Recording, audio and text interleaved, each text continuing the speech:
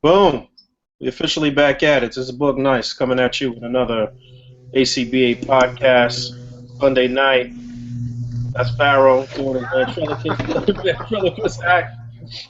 And yeah, I'm joined by my man Colonel Crackers, Emiya Starlock, What's up, guys? Pharaoh Black. Hello.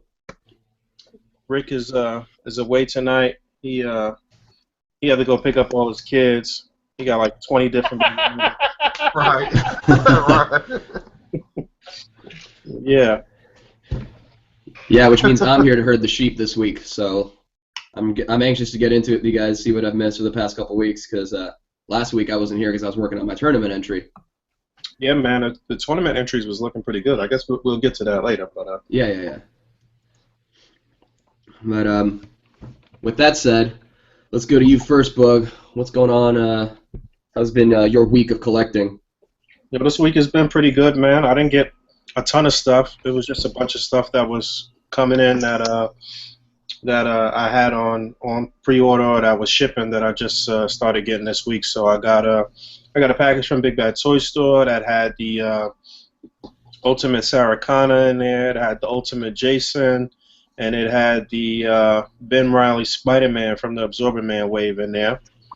And I think that was the only stuff I got this week, if I'm not mistaken.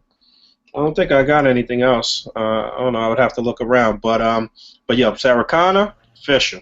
That figure is official. I love that figure right now. My only gripes probably with that figure would probably be, I don't know why they didn't paint the shades black. What the hell was that bronze lenses on the shade? I didn't understand that. Yeah, I think the frames of them should have been black, but the lens color is probably fine. The frames was like a bronze sort of color. I don't know what the deal. Yeah, it's like a silverish. I don't know. Yeah, I was kind of thrown off by that too. I would have thought they would actually cast the whole entire shade in clear, like in clear black or whatever, and then just paint it around it so you can actually see like through the lenses or whatever under certain light. But yeah, but that means they'd have to sculpt eyes underneath it, and come on, they're not gonna do that. But yeah, that's on one head. You get the two heads. You get the guns. All the guns look official. I didn't really have any issues with them being warped or anything like that. It would have been nice if it was a wrist hinge, but I'm just asking for more articulation. I'm always asking for more articulation, but the figure itself is official. I would definitely recommend that one. I'm really happy with that figure. I know Pharaoh had it for a minute, and he had mentioned that he liked it more than the T800. I think I do too. Yep. They complement each other well, so it's definitely a dope figure. The Jason, I wasn't like crazy happy with it, but it's good. It's still a very good figure. you didn't like it? It's not that I didn't like it. It seemed like it's a lot of plastic. Like it's a thick like figure. Like you know what I'm saying? Like it didn't seem like it moved as well as Sarah Connor or the T800 or whatever. I don't know. But at the same token, the legs were like really a little loose on mine too, though. That's with everybody's, man. I did a video and tweeted. I tweeted them about it, whatever, and seeing if I can get a replacement. But my video, pretty much, if I grab the top half of the figure, I could just twist with it. It just has spaghetti legs. But I mean, I don't mind it being thick. Jason doesn't really do too much moving.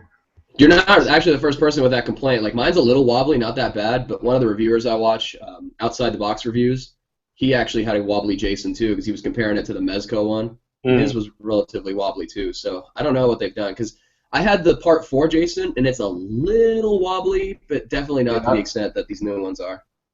Yeah, I got those too, and none of those are actually wobbly, so I don't really know what's going on with it or whatever. It could be the way that the crotch joint sits inside like the rubber plastic, diaper thing, crotch piece. That could be it. I don't know. It's weird. It's the same mold, so I don't know. Could just be a QC thing. I did like the accessories and everything with the Jason figure and how they the knives and the bigger machete go into the sheath. Everything was like clean as fuck as far as that's concerned. And I didn't realize that. I don't know why I didn't realize it, knowing that it was going to be Ultimate figure. But I didn't realize that the mask was going to be removable, and you get to see his fucked up face and all of that. I like that aspect of it too. That was a really nice touch. The figure's And nice. speaking of the mask, You real know quick, what? to interrupt you. While you're saying that, I kind of think it was a little fucked up. I mean, Part 6 has got to be my favorite Jason movie. Yeah, a lot of people say it's the best one. Yeah, and watching it over and over again as a kid until now, you never really got to see what he looked like under the mask without the maggots and shit dripping from his face. So, like, for them to give you that face, when I first seen it, I was like, this doesn't look like fucking Jason. So I had to actually go and look at some of the production samples of the mask and everything, and I'm like, so that's what he looks like, clean face. But I mean, I really didn't give a fuck about that. I think it's a little dope though with the tool belt and the fucking gloves and shit. I mean, you know, a lot of people complaining about that mask actually, even though I complained a little bit. I didn't really remember the movie like that until I pulled out the figure, and I was like, oh shit! Now, like some of it came back to me. It's been a long time since I watched a Friday the 13th movie, but I googled it. Of course, I'm sure all of us do that, especially when we get like figures and we don't remember what happened in the movie or in the comic books or whatever. We'll Google shit to get ideas for displays and whatever. But yeah, it's a nice figure, man. The way they put it together is definitely. The thing about it is like, for the price point, and I've said this many times, like you definitely getting more than your money's worth with what most NECA offerings though for that price point. There's no question about that. But, well, just to speak on the mask, one last thing. People are complaining about it because the eye holes on it are actually painted, and sometimes the paint's a little splotchy on that. But a lot of people are forgetting that that's how the mask was in the movie. It was actually like covered eye holes, not like the original. Actually, you know ones. what? I'm glad you said that because I read that someone posted that in NECA. They said that they had a cloth behind the eye holes. But when watching the movie, if you watch it, you can see the eyes. Right. No bullshit. Even if I might have to go back and bring up a close shot and post it so people say I'm not bullshitting. But you definitely can see his left eye. You definitely can because even today, my man Dave, he had called me. He had called me early this morning asking about the Sarah Connor figure. He asked if the glasses on mine was like a funny color and shit. He's like, yeah, I'm about to Sharpie these shits. I'm like, yo, you stupid. So and then we got to talking about the Jason figure, and he was like, yo, in the movie you could see one of his eyes under there. I don't know why they painted it black or whatever, and I didn't remember that either. And he was like, I wonder if I cut out the black parts in the eye, will you be able to see it? I'm like, that shit might not even line up right, man. I don't know. Right, so you might have that shit all off. Well, his eyes are off. His eyes aren't exactly level. If you look at like the pre-zombie, like Mongoloid Jason. You might as well Unless leave you it have as an is, extra though. Jason, I wouldn't risk fucking up my only one. Right. All right. But yeah, I think that was the only. No, I feel like I got something else this week. Something else definitely. Did you get that Rebel Tech? Well, that was last week. I think. Wait, did I talk about that on Rebel Tech Ultron? Yeah, we talked about that last week. Definitely. Yeah, we talked about it. All right. Yeah, I guess that's. Well, if that's it, let's move on to Pharaoh. First of the Pharaohs. I don't think I got anything this week. I'm trying to think. Like, nothing came in the mail. I know that for sure. I don't think I got anything. I mean, what the fuck is it really to buy though? Like, well, I mean, like Boog, he didn't have the figures that he just named already. I already had them, so I mean, it's really like at that point to where the only thing I was trying to do was find a Captain America wave because I seen somebody end up having it or whatever, looking around for it. I see Big Bad took it down for pre-order because I can't find it on Big Bad Toy Store at all. I mean, Was that the Onslaught one? Yeah. What city did it show up in? I don't know. Over there at one of those Facebook groups, some guy had the whole message, so I did. Yeah, the guys who will like share that they've got it but won't tell you anything about it. I mean, that shit Be doesn't like, matter. here we go, I picture. mean, it really doesn't matter. I mean, once they start showing up, they're showing up. So I mean, you can try to keep it a secret for as long as possible. It really, Right. who cares? Yeah, it's just the annoying bragging rights thing that people get into. Like, oh, I'm the first to have it, and I'm the first to do absolutely nothing with it. With nothing with it, right? Hell yeah. I mean, I'm not really even interested in the entire wave. That's what's crazy about it. I mean, like, I want the Taskmaster. I forget the other guy's name. See, I want him though, but I think the Cap. I don't know. I keep trying to make myself want that Captain America, but I feel like that Cap is gonna be a sort of a sleeper, like how like the last Cap was, and when you get it in hand, you might like it a little better. I'm hoping that's what it is. I don't know. He's kind of, I don't know, man. He looks fat. Well, he looks like, I don't know, man. I wouldn't. First and foremost, do we really need another Captain America? Well, technically, in the comic books, that is the most recent modern look for Cap. So, well, aside from the old man Cap, I guess that happened. But so, I mean, it's not like they just giving us caps, and it's not relevant to anything that's happening in the books. So, but I mean, they could wait on that shit though, man. They ain't really. I mean, they got to though, man. They gotta put out. Yeah, but this one's got the wolf head. In every way. Wolf head. Whoa. Oh shit! The goddamn wolf! We've been crying about wolf cap for years, you guys. Wolf head, Hasbro is finally giving us what we want, you guys. They're giving us the wolf cap we've complained about for years and years since the Toy Biz days. That shit is so funny. No, that was. I'm being facetious. That was not true. Yeah, that right there, and the fucking what's J. Jonah Jameson's son? The what the fuck was he? Was he Werewolf by Night? That's his name, yeah. Werewolf by Night. Oh my God! Right. Come on, man. When you talk about ridiculous characters, man. I think that was just his name. It was just J. Jonah Jameson Jr. He was a white wolf with a fucking leotard. Exactly, and a little jewel. That shit was crazy. The Toy Biz version of that. Ruby or something around his neck. Yeah, he had an amulet. That shit's stupid, man. That was a ruby. And no damn amulet. That motherfucker, that's a brooch. Quit playing. All right, let's hear from Emiya. Emiya, what's your economic bracket picking up this week? I actually got quite a few things this week. I got the Power Girl premium format figure. My Hot Toys Darth Vader and Kylo Ren came in. What else came in? I got a ton of other stuff too, but they're all like not superhero figures or A.C.B.A. related stuff. I got a lot of third-party Transformer stuff that I actually forgot I ordered. Just showed up one day. Besides that, someone sent me a case of those Spider-Man Legends, those new ones. I don't know who. Someone sent me a case. Well, it was a very weird thing. I actually don't know who sent it to me. I didn't order them or anything. So secret admirer. Maybe I don't know. Billy Harrington sent them.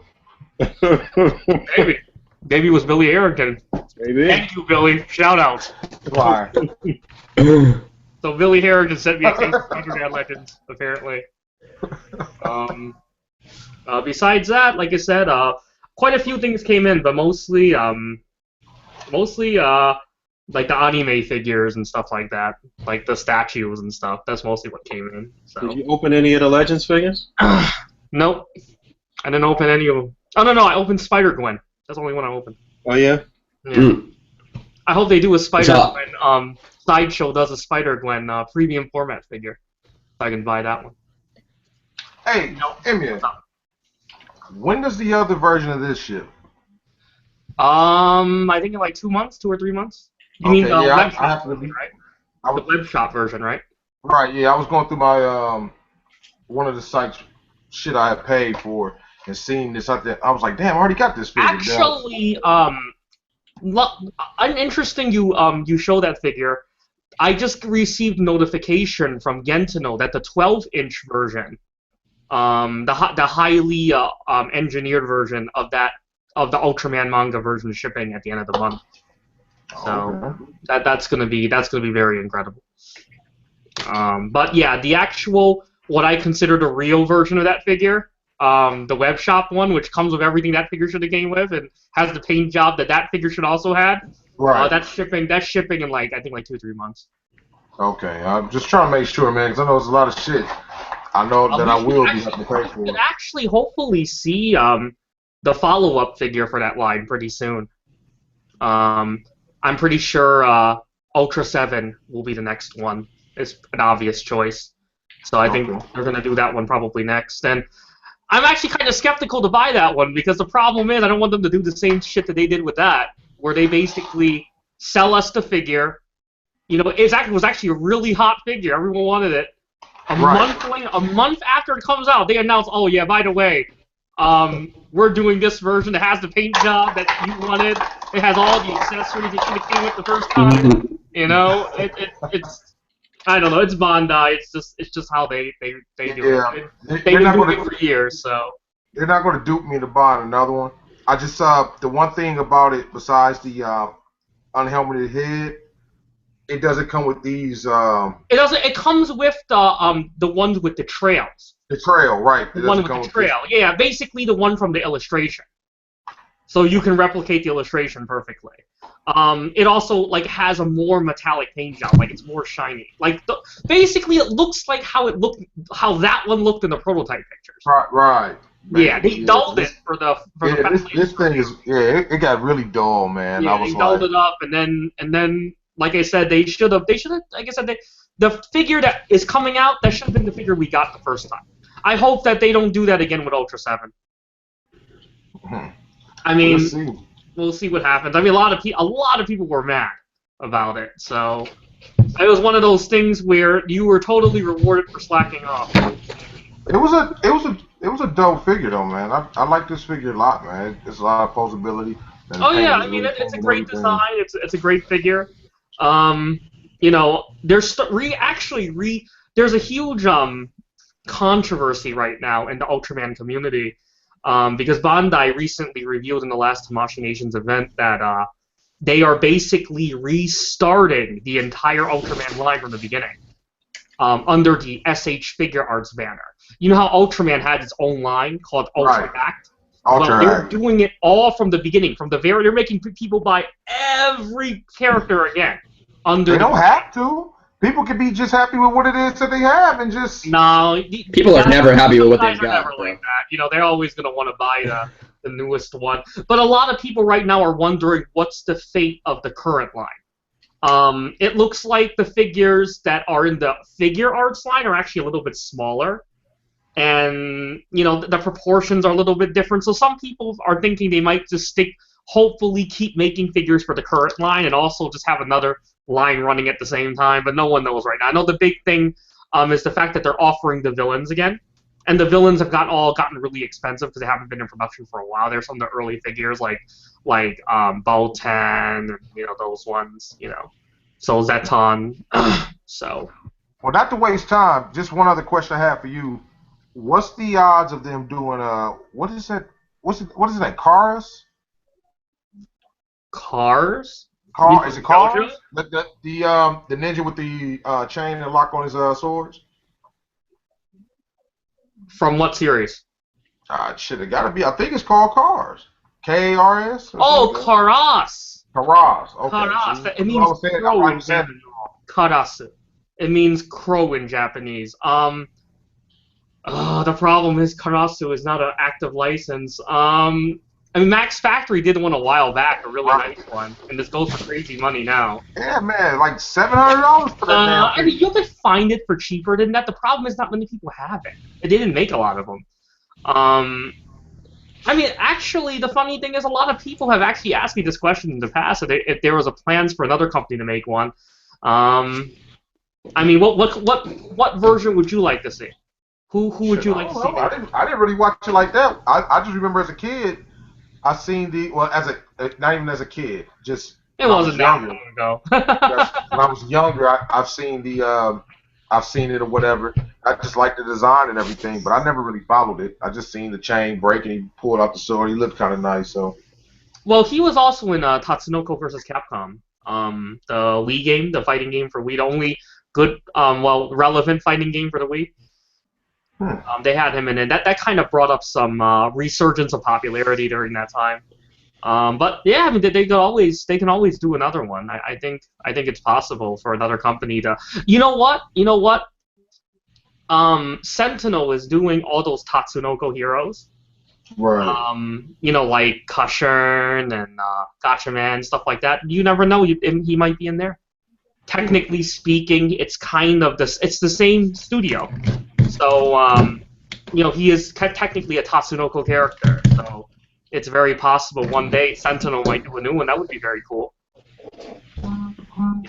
Next time I talk to someone from Sentinel, I'll mention Karasu and maybe Yeah, do that. cool idea. Yeah. Good looking. Well, it's been a couple of weeks for me since I was on the show, so but in those 2 weeks, I didn't really pick up all that much stuff, honestly. Right after I posted my tournament entry on last Sunday, I left that morning for San Francisco with my girlfriend. We took a trip up there to celebrate our first anniversary. Just kind of, doing the tourist thing. Didn't really.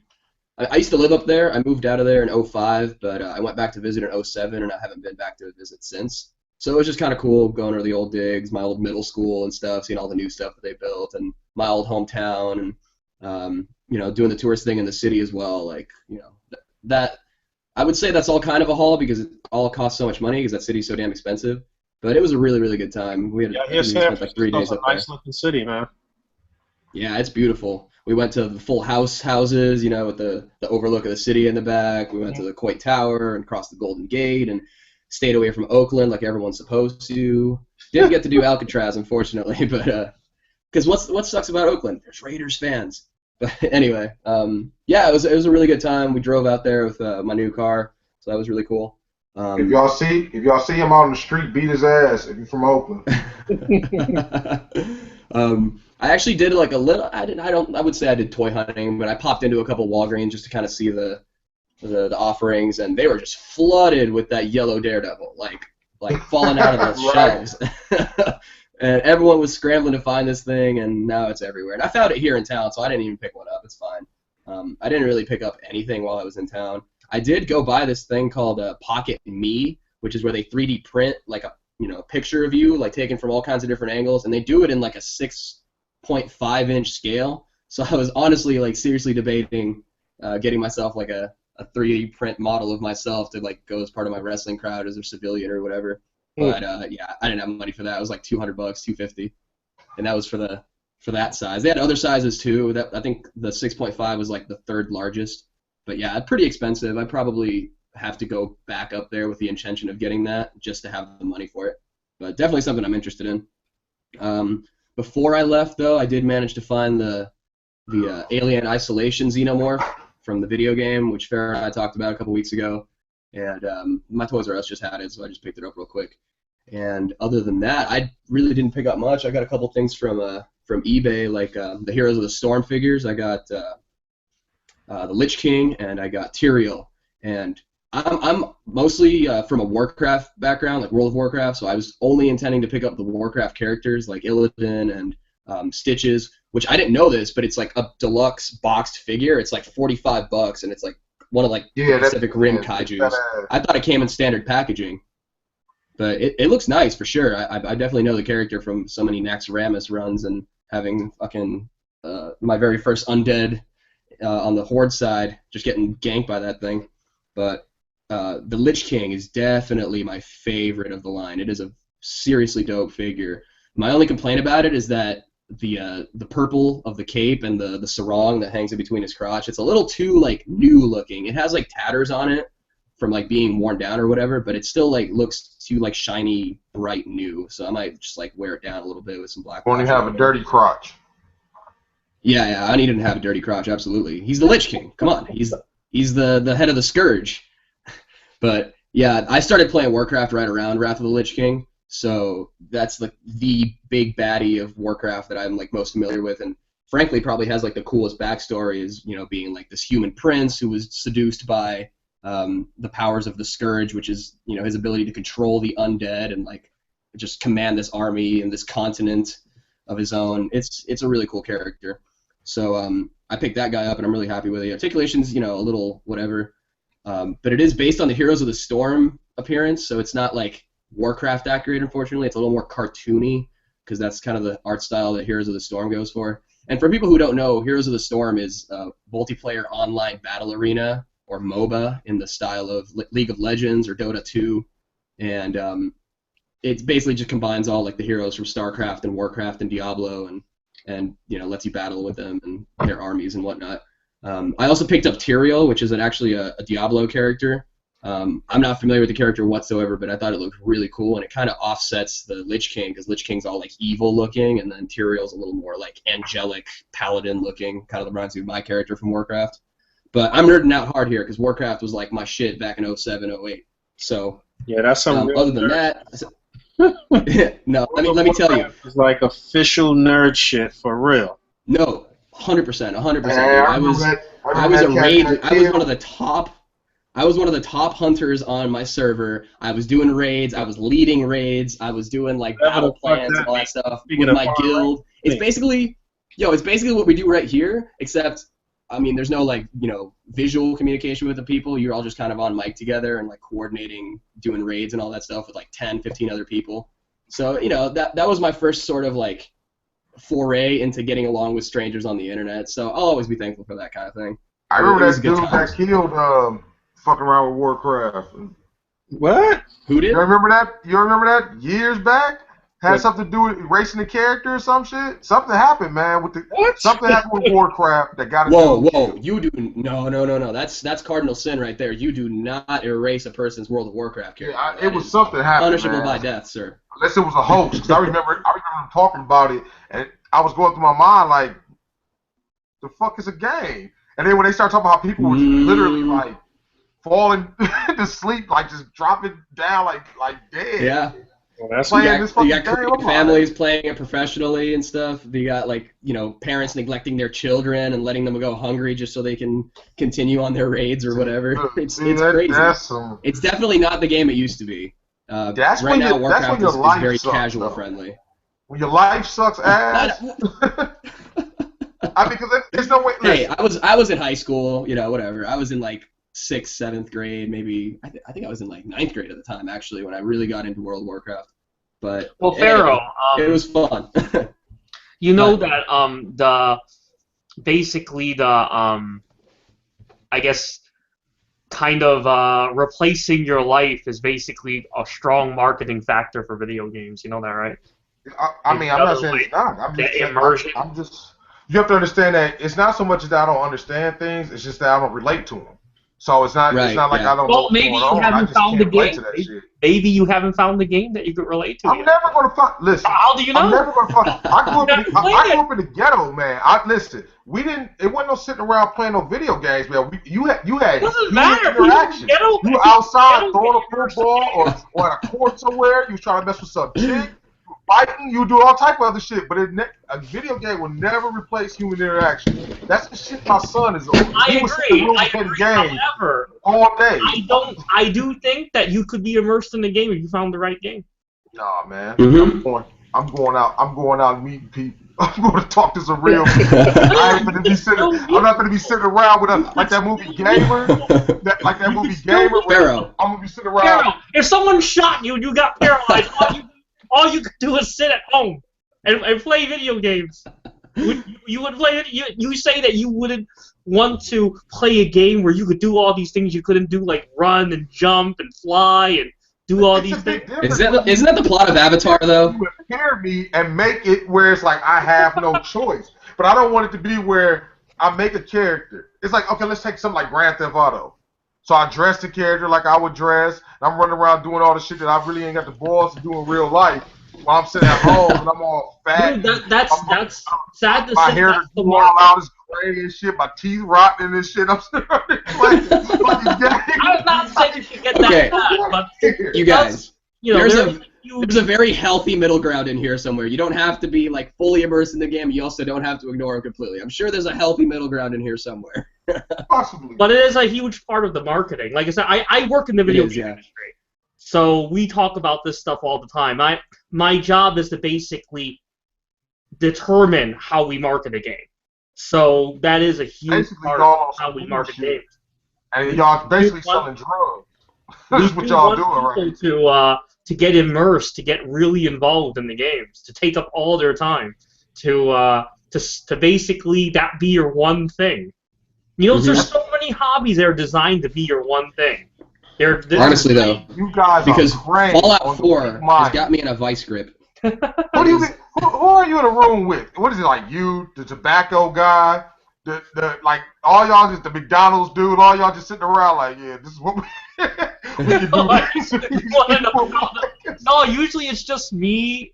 Depending on what the meeting is about, it's usually me. It's people who work in the company on the Sony side because I work for Sony. Then it's whatever developer I'm dealing with. It's Square Enix, it's Atlas, or Capcom, whatever. And depending on what game we're talking about, sometimes certain developers, creators could be there. We could just talk about, how we're going to market the game. So. Well, no wonder you can afford all that stuff behind you. So. Yeah. Right, he's selling. It's like drugs, man. It's crack. That's all it really is. It's like selling somebody some dope. Well, speaking of crack, I'm jonesing on this figure I just got today. In fact, I went to meet up with the Beltran brothers to take down the displays from the local theater where we did the Star Wars displays. And I popped into the comic shop to let them know we were going to do that. And I'm looking around. They don't really have much as far as figures. And then I'm about to leave, and I glance over at the front desk, and they've got this. And I'm like the only guy in the store, and I'm like, oh, my God, you guys got the T-1000. So I haven't even seen this shipped like off NECA's eBay or anything like that, so I was really surprised to see this guy, and I haven't opened it. When is that supposed to officially drop? Well, they said January, so it should be hitting pretty soon. I would keep checking their eBay. It looks like local comic shops are already getting it, so it might be at yours right now, and you're just slacking not getting it. I only had 3 though. Yeah, it's nice though. I like it a lot. I haven't opened it yet, but I can already tell it's a pretty great figure. It is exactly the same as the Genesis T-1000. It just has like more of a blue deco with a different chest because this one's got the pen and the lapel or whatever. Good. But it is the same legs and everything, and the arms have always been the same from the original releases from like 07 or 08, whenever they did the old Terminator line. But I'm actually glad to have this too because I have the Galleria Mall, no, not Galleria Mall, the Pescadero Escape version of the T-1000 from the old static leg versions. And these like hook arms broke on me immediately out of packaging. So I'm excited to have that again, and a bunch of the other accessories as well. The one I bought originally has the... Yeah, they're all interchangeable, just like the old T-800s and stuff. I bought a second of the T-800s so I could swap them into the black shirt, no gloves version from the Galleria Mall. But the old Pescadero Escape of this one that I got also comes with this head right here that's split in half. But it also comes with the other head that's like even more split in half, like open up like a flower basically. And this one doesn't come with that, so I'm excited to be able to put that on there as well.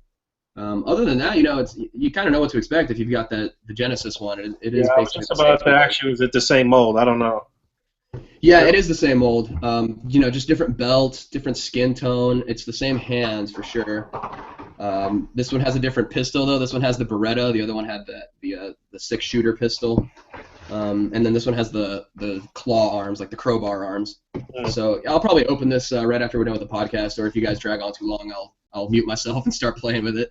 But I'm excited for this one for sure. Boog, you should go and grab the Genesis one, man. I mean, he's not really like super tall. I mean, he's taller than a Marvel Legend, but just for a stand-in cop though, I mean, he's not really that much taller than No doubt, he could just be a tall. No, he works great as just a cop, for sure. Right. I'm saying you should definitely grab you one if you can find one, man. He just got some long. I have like 5 of those already. I got my police force all ready to go. I did talk about it a little bit ago. It's just kind of weird because the neck peg is at the base of the neck, so you can't really find too many heads that work for that. I was just about to ask you that. Does it pop up at the base? Yeah, that's pretty much how it is. Yeah. Exactly. So the only other head that I was able to put on there was the unmasked Kick-Ass head from Kick-Ass 2 armored version or whatever. Someone actually used that head recently on a shot on the group page to do like an unmasked Kylo Ren, but they had it like facing down, whatever, holding the helmet. That's that head. So that'll work really nicely for either this one or the Genesis T1000. I'm about sick of these awful unmasked Kylo Rens. I know, right? This Disney Store one is terrible. You know what's really bad? That fucking traitor shit. Oh, I'm just so fucking tired of seeing that goofy shit. yeah. Tell me about it. I just commented today on somebody's picture that had the trooper with like extra arms and shit. That shit was at almost like 600 likes. I'm like, yo, what the fuck? What are you doing? Other shit that's fire on the page right now. Like, what? If the hive mind says it's good, the hive mind says it's good. It's just good. Right? I just let it be, man. I mean, Yeah, I ain't right. like that picture that Boog's talking about. He's like, this isn't even my final form. I did find it entertaining. That was kind of funny. Yeah, that's funny. It's funny. No, I ain't on no bullshit where I can't, say that it's not funny. But I'm just saying. All right, and with that, let's move on to the next topic real quick. There's another topic we had in mind here, but real quick, let's talk about the tournament since it just technically ended. We haven't gotten the scores yet, but let's talk about your guys' impressions of the round 3 entries and whatnot. Let me just speak on mine a little bit first. I was a little rushed to do it because I had a lot of shit going on this week as far as like real life stuff, preparing for this trip and all that stuff. So I did kind of put it together the night before and then into the day of. So I went for a more like simplistic style. I didn't really go for too much like props and a lot of dio and all that stuff going on, but just enough to really I guess meet the requirements. But I was talking to Henry earlier today, and to my surprise, I guess, a lot of people didn't really catch on to what I did with the display as far as using 2 Terminators and 2 Sarah Connors in a fake mirror effect. Hold on. Wait. Before you get too far into it, I have not watched one video. Do not tell me your video. Yeah, I didn't. I'm only halfway. Oh. Well, then I'm gonna stop talking. Pharaoh. I'm only halfway through grading my entries or whatever. So from what I saw though, it was nice, very nice. Mm-hmm. What I've seen so far is very, very nice. I'm excited to see the rest. So I guess we have to pick this up next week when we know who the top 5 or whatever. But it seems like pretty much people brought their A game though. It was some very, very nice, clever things I saw so far. I haven't watched any of them. I meant to start on Friday actually, and shit just been catching me up. But definitely, I'm going to get started tomorrow. I should be done by Tuesday morning. I'm gonna go ahead and go through them and shit. I'm really excited to actually see them or whatever. I didn't even order the pizza and shit. I was like, okay, I'm gonna eat this pizza. I'm gonna watch these videos. I went straight to sleep. Pizza man, pizza nothing, man. Yeah, I sat down and went through about 10 and graded them, and then it was just so much going on this week. But tomorrow I have some free time to do another 10, and then go back over them and finish up the last 5. Probably around the same time as Pharaoh, I guess Tuesday morning. Mm-hmm. Okay, well let's just move on to the next topic then, since I think Todd is Emiya. done. I think Slings is done, if I'm not mistaken. Todd always gonna be done. Todd ain't got shit else to do. Todd just be sitting back waiting. Hat, drawers, a pair of flannel shorts, the fucking visor and shit, just have a pen and everything all lined out in front of him. Like he doing his fucking taxes and shit. Yo, we should get an A.C.B.A. like onesie, like pajama onesie, because I'd rock that all day. That'd be hilarious. That would be real comfy. With the A.C.B.A. patch on the ass or something. Yeah, it opens up, and then you can have your little bathroom time. But anyway, let's move on to the next topic. Do you guys know what Patreon is? Does anybody know what Patreon is? Well, I found out today. Yeah. I asked the question, so I found out. Right.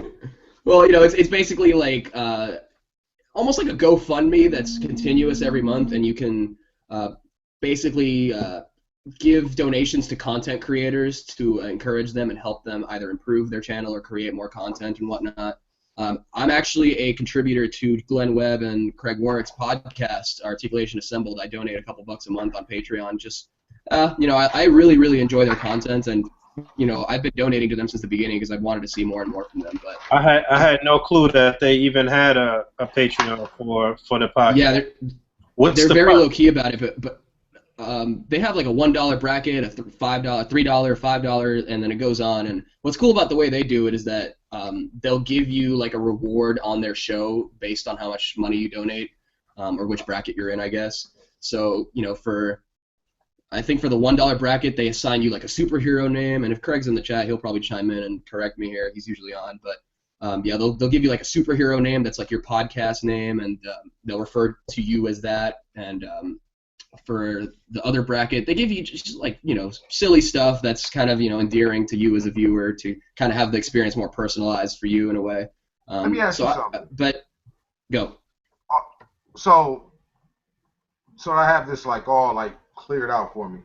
Basically, what you're saying is you donate money, so someone can take a PC that they already own, an internet connection that they already own, a YouTube channel that they already own, and they use your money to do more things on this free outlet.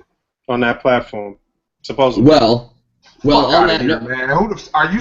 Well, that's not entirely true, because if they run their podcast mostly off of SoundCloud, and recently they started doing a live thing like we're doing, and then later on putting it on SoundCloud. And as I found out while trying to put this podcast on SoundCloud, there's a monthly subscription to that. Right. So in a way, I do feel like I am helping them keep their channel going and their podcast going because I'm helping to cover those fees for SoundCloud. So in that regard, I do feel good about it. What's the fees for SoundCloud? I'm asking you this so I could get a full grasp of this whole thing too, because this is new information that I'm hearing too. But I'm also asking because people keep asking about our podcast being on some other platform where people can just listen to it as well. So what's the? And I agree with that. Fee? I think it's about $15 a month for the SoundCloud Premium. It lets you put up a certain amount of hours for free. Like I put up the first 2 episodes of this podcast, but I was just like 20 minutes or whatever short of being able to get the third one on there because I ran out of the time. So I think it's about $15 a month, maybe even 10. I don't quite remember, but it's somewhere around there a month to basically like run a server for you, and keep your stuff on their servers. Okay. That's a lot. Well, yeah, but you got to think about it in terms of like not just podcasts, but SoundCloud is also huge for people who are dropping their mixtapes or whatever. Yeah, I know that, but $15 a month still seems a little steep. Don't get me wrong, it's not a lot of money, but for what that is, that seems a little steep. But okay. I mean, I understand what Boog said. But they can get away with it because SoundCloud is one of the biggest ones. I'm sorry, go ahead. I'm saying it's not, like you said, it's not a lot of money. You talk about 10 fucking bucks. I mean, even in a 30 days, how do you even split that up in 30 days? You know what I mean? You talk about $10. Those are pennies, nickels, a day type shit. So, but now I don't put shit on SoundCloud, so I might understand what he's saying. Where it's like, but damn, for what it is that you get from SoundCloud, that might be a lot of money. You might should be paying about $5 or something. I don't really know. I just want to go out here and just say this quickly so y'all can just talk about it how you want to. I technically think it's bullshit. I mean, and this isn't directed at any one person that's doing this. I mean, you're talking $10 a month. You can't afford $10 a month to put your content on. I think, and I really think where a lot of people get it fucked up is that they feel they're doing it for the fans versus. I mean, you got to realize you had to start out doing this at some point in time for free. Pro bono, yeah. I mean, I'm pretty sure fans did knock on your door and say, "Hey, man, can you please review this figure?" Or please, can you do this? I mean, you started out doing it. People liked that you were doing it. They watched you. They followed you or whatever else. And you became big enough to the point to where a lot of these cats don't even go to work. I mean, or definitely they might go to work, but they definitely don't buy toys. They're just getting shit sent in for free and everything else. And then when you sit back and say, well, hey, how about you guys give me more money to keep me doing doing this or whatever. I don't know. It seems like bullshit to me, man. I mean, I'm not paying them. Well, there's actually 3 plans you can do. There's the free one, which is only 3 hours of upload.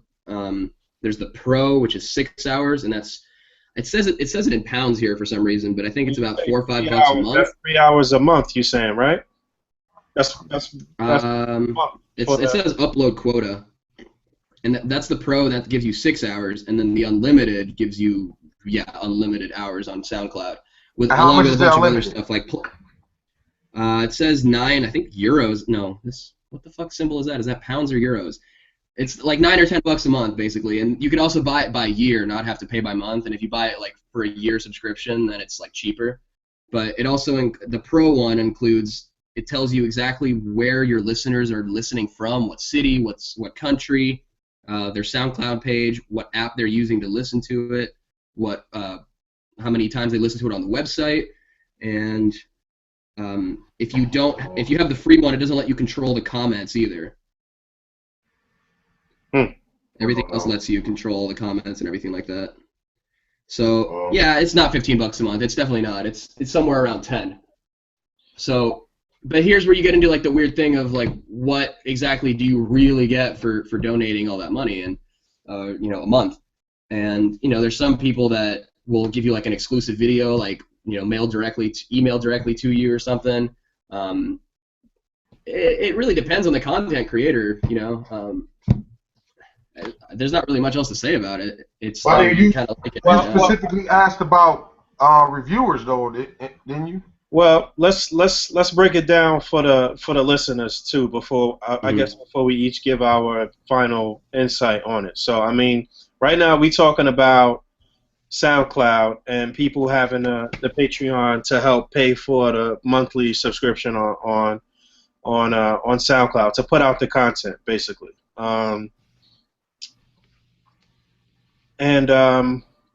But there's two different aspects that we kind of want to discuss. There's that, and then there's also people who have a YouTube channel that will ask for money in a Patreon account to continue on a YouTube channel. Now, me personally, it's like, I'm from a hustler's town. Like I'm from Harlem, born and raised. You know what I'm saying? You turn 1 into 2, 2 into 4. But in order to do that, you do that shit on your own, though. You don't, you're not asking for a handout necessarily or you're not asking for somebody to help fund your hustle. Like you're supposed to get out and hustle that money up, and then whatever you do is going to help you to continue hustling and doing whatever that is you do. I don't really understand the concept of.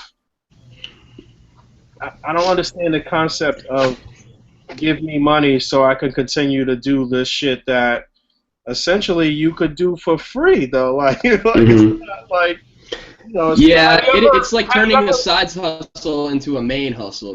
It's like just getting more direct cash for your efforts. You can do that without directly paid for your work. You can do that without depending on other poor motherfuckers to help you. Right. I don't understand that. Have you ever looked at it from the point of view that they're providing a service, and it's like no different than you serving someone at a restaurant, and you're just getting tipped? Ever looked at it from that point of view, maybe? I mean, that's a good way to look at it. Yeah, that's true. I refuse to look at it from that point of view. I'm not sure. You probably don't tip either. I'm not sure. I tip greatly. My girl was a waitress from like 18 to like 24. Like, I mean, I understand the whole thing about getting paid $1.75 an hour, and pretty much most of your money comes from your tips. So I tip. What I'm saying is that you got a motherfucker on one end getting a free action figure and then reviewing it and then telling you pay for the fucking review. Fuck that. I mean, you're not even coming out of pocket for half the shit any damn way. And then you talking about $10 a fucking month. Give me a fucking break. Get your punk ass out of here, man. Give me, really? $10 a month? All right. Come on, man. I'm through with that. That's stupid shit, man. But that's $10 a month is the SoundCloud maintenance fees or whatever. Ask me for $10 a month for their YouTube channel. All right, so you said that you donate to Craig and Glenn's account, and tell me the tiers again. Of SoundCloud or of their like donations? Well, of their Patreon. How does it work exactly? Okay. I don't remember it all that well. I know the first the $1 level will get you. They'll pick out like a name for you, like a guest name or whatever in their handbook of Marvel characters, and then they'll randomly draw someone. And now like Richard Jenkins' name is Shatterstar. Whenever we refer to Shatterstar on the show, then we're talking about Richard Jenkins. And Richard Jenkins is sitting back like, oh yeah, I'm fucking Shatterstar. They mentioned me. It's that kind of thing. Mm-hmm. I believe at the second tier, they man. I know my tier. I really don't remember because I've been doing this since the beginning, and I don't even remember half the time when they charge my card. But I know for my level, they gave me like a whole like backstory to the Colonel Crackers thing, and I'm like the knockoff Captain Crunch, Somali pirate style with not exactly a grandiose ship and all that stuff. It's like being part of an in-joke on their show, and they give you something else too for it. I honestly can't remember. But I'd have to talk you know to them what? about it. I'm actually like, I don't even know what I think I might have listened to like one of their podcasts, and not because I don't want to. I just don't know when it's on. I don't really see. I don't know if I feel like I don't see them promote theirs as much as I see other people like Right. the Toy Migos and Two's a Company, Three's a Podcast, those guys, and I see those two podcasts getting promoted a lot. I don't even see Darius's podcast getting promoted. I don't either. Yeah. I don't know. Huh? I only know when it dropped. Exactly. They do. Right. Got something on iTunes. Yeah, he does have one. Yeah, it's on iTunes. That's the only way I know it dropped. Is that it just automatically downloads to my podcast. Like other New York collectors, like the ones he works with in the store, like Noel and Victor. Raspberry Chainsaw is on there. Raspberry Chainsaw is on there, and but yeah, I don't know when these podcasts are dropping, or else I would listen. I do enjoy listening to the ones that I do listen to, and I would definitely support other people that we fuck with throughout the community or whatever. And obviously we fuck with Craig and Glenn heavy, but I still don't really see the value in it. Like I don't get it. I just don't. I don't The get thing about Glenn's podcast, though, is that it used to be a weekly thing, and it was particularly, I think they started in the summer of this year, and they're talking weekly about Comic-Con predictions, and then Comic-Con comes around and they're talking about what they liked about Comic-Con, and then all the movies that would come out. They did a really good 3-part series on Star Wars original trilogy, and then prequel trilogy before, and then all other Star Wars stuff before The Force Awakens came out. But a few weeks after they started doing it weekly, I want to say like maybe a couple months actually, they started changing it to a monthly show. So it's a lot harder for us to catch it. And now I only know about it because they're doing it live like we do. So I get to see it on like my YouTube subscriptions. And, my phone will tell me when they go live. So but what they do is that they'll do the same thing like us, is that they'll do the live show and then they'll edit it into a recorded thing. All right. Well, I don't know. I said, I wasn't. My comments weren't directed to one, like any one individual person that's out here doing it. I just strongly believe that. I mean, it's $10.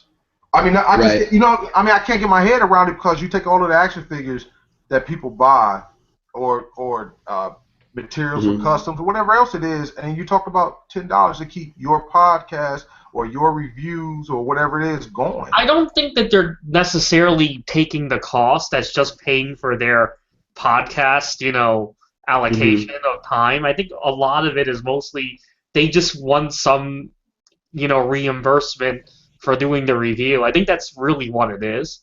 I mean, it's kind of like just paying directly for the content you like. Yeah, some people are less shameless about it than others. Like, they'll literally say, hey, man, buy me this Hot Toys or whatever. Buy me this, this expensive high-end piece, And then some people literally just say, hey, if you can donate whatever, it'll go to my cause of getting stuff or whatever, It really depends on when you look at who's asking. I mean, podcasts, I guess, it's a little different because, it's just pretty much people talking. I think it also goes to prizes they give away. Like sometimes guys give out pretty nice prizes, And I think it goes towards that type of stuff too. Generally speaking, if you're pretty well known and you have like a decent channel and you have it in with certain companies, you do get samples and stuff. I know sometimes they give away the samples as prizes and stuff like that too. So I mean, it really depends. let me okay, then maybe I should say this. All right.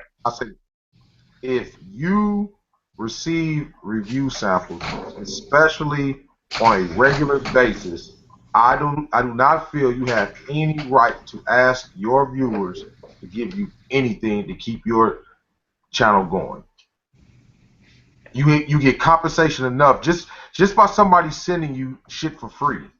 I mean, not to mention that if you're getting shit for free from the company, even if it's a very small amount of things, that means you're at the level where your channel is doing big numbers. So you're also making money off of YouTube as well. Whatever that is, you're still getting revenue from Google as well. So People want more. again, I just don't say what? People want more. They want more than just that. Yeah, they want more. Then get out there. And a lot of people will use it like other things. For example, like paying for their convention cost or paying for that type of stuff. Flying me to this place. I can do coverage for you guys. That type of stuff. You see it. Like I said, some guys are more shameless about it than others. But then, I agree about that. Kind of what they're always implying when they ask for money is to pay for that kind of stuff. To pay for again, I don't get it from this perspective. Essentially, pretty much everybody that is watching your channel or listening to your podcast or whatever are middle class, lower middle class, like, you know what I'm saying? Like, they do this because it's the cheaper alternative to numerous other things that's out there and shit. So it's like, yo, I go on YouTube to see some shit or see a review or whatever the case may be, and you asking me for money for this free review or whatever the case may be, like, that's some. I mean, on top of everything else, the whole reason why you get all of the free shit and the reason why, I mean, you're going out here it's like, you're going to the con. You're going to have, I don't know if it's going to be a great time, but I mean, you still get to experience the con. You're going to have a time. Into this con, you're doing your coverage, whatever. You're loading this shit back up on YouTube. Thousands of people are watching your content. You're using that in turn to say, hey, I'm going to review figures. I got these people watching my shit. Send me something over. You get this. You get your AdSense money or whatever the fuck it's called. I mean, you're straight. I shouldn't have to pay for your fucking con. I mean, then fuck it. I pay for my own con. Like shit. I'm not going to help you pay for your con. I guess that it really comes down to it. I mean, if the people are willing to pay the money, they let the people just pay the money. Yeah, no doubt. But you don't have to do it. You don't have. They're not asking that. You're not forcing you to do it. You don't. Yeah, but the audacity of even asking though. It's like.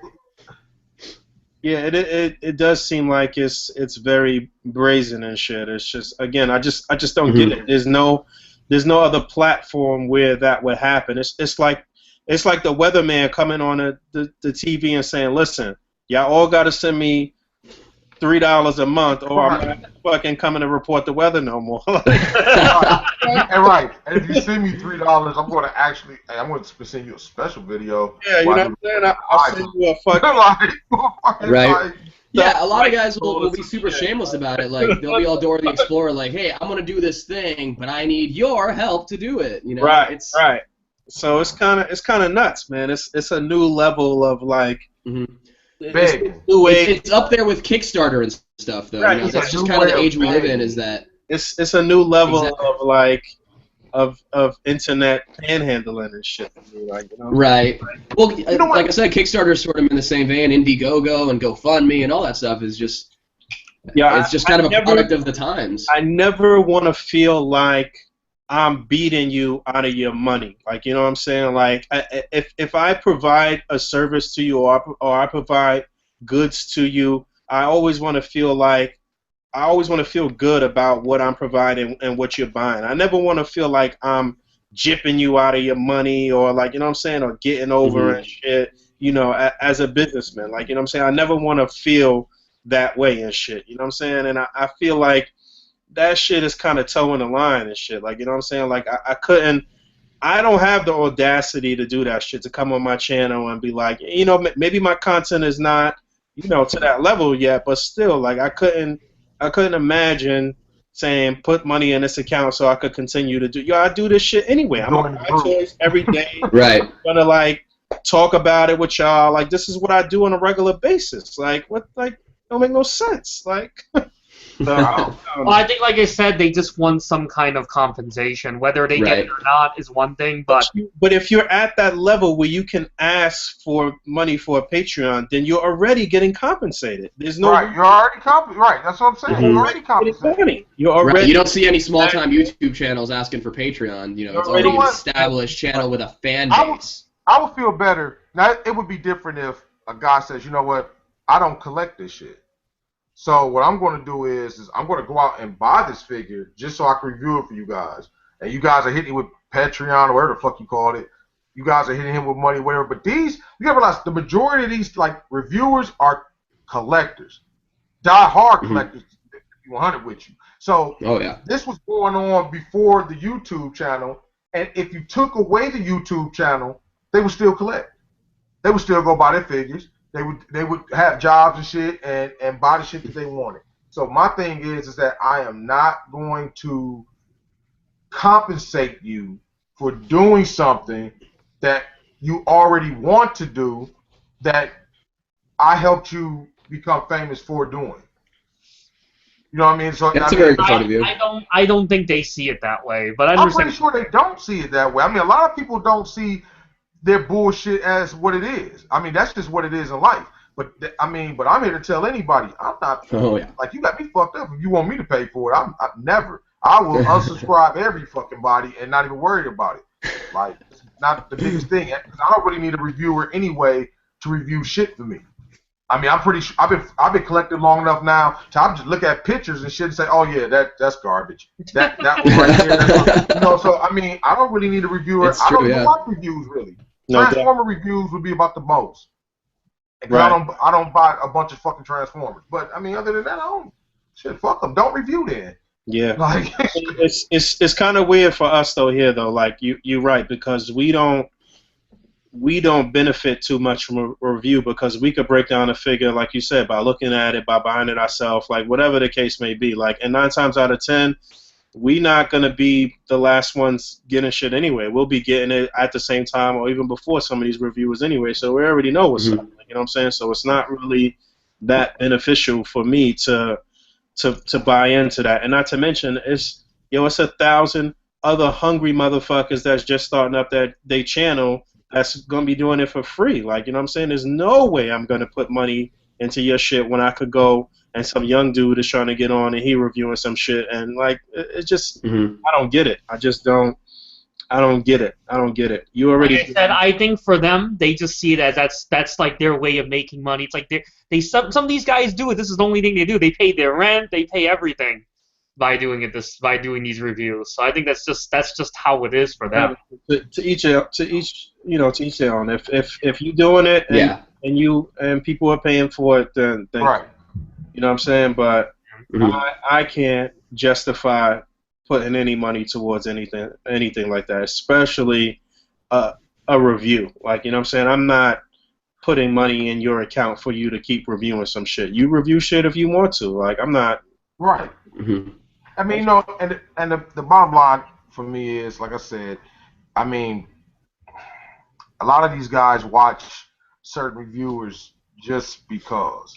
I mean, I've seen people say they can't wait for a certain reviewer to review a figure that has literally been in circulation for a whole month, and you've been seeing everybody and their mother post pictures of this damn thing, but you're waiting for this one guy or woman or whoever to do this review, and it's like, all right, well, I mean, that's cool. If that's what you want, go ahead, but I don't know. You want to see a good review? Just look at A.C.B.A. pick. Like, especially if somebody actually know what they're doing, got it, you will know what's going on with the figure any damn way. You're gonna know. You'll be able to ask them anyway in real time. You'll be able to comment on the shit and say, "Hey, how is this figure?" Free. That's gonna be free advice that you get on that figure right there. Well, I guess we can all agree to disagree on this note. It is a very like weird thing, and like I said, it's just kind of a product of the times, man. It's just the age we live in, internet panhandling, as you said. No, So let's move on to the next topic real quick. I just don't get it. Like I said, I just don't fully get it. You know, I can't see from the time that I started a YouTube channel. It's the after like a year of being on YouTube, the big thing during that time was making partner. You know what I'm saying? You make partner, and then you could get paid for your content and shit.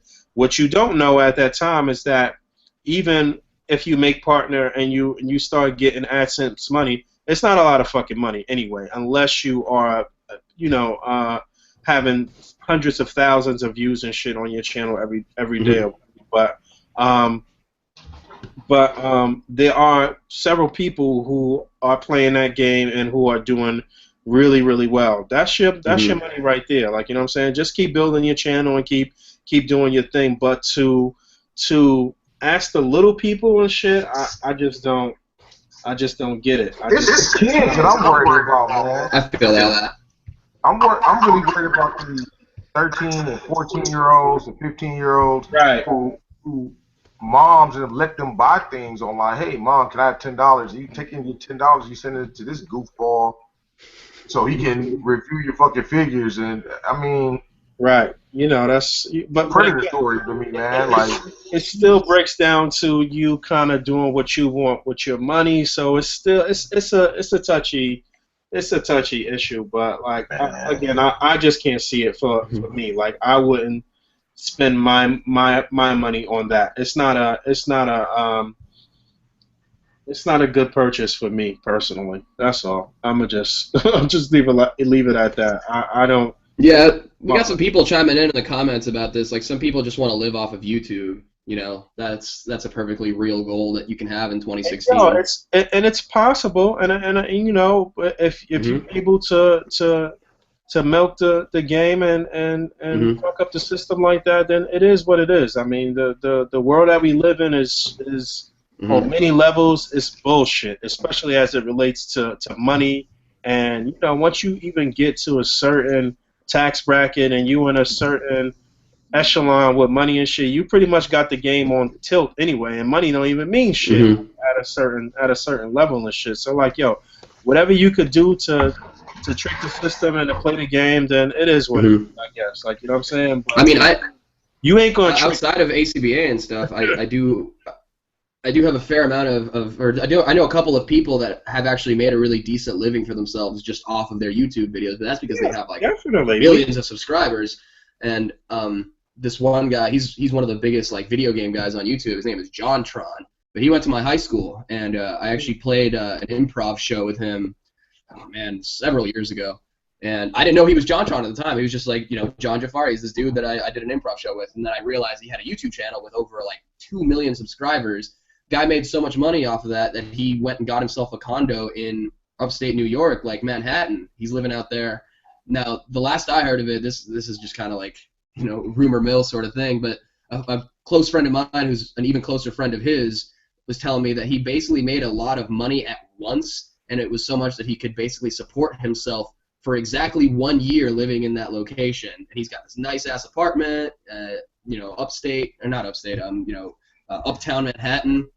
And I don't know what's going to happen after all that money runs out or whatever, but I do know that his channel is popping. Like, he gets a lot of views for everything he does. He did a good series on a bunch of like really terrible Star Wars games right when the Force Awakens is coming out.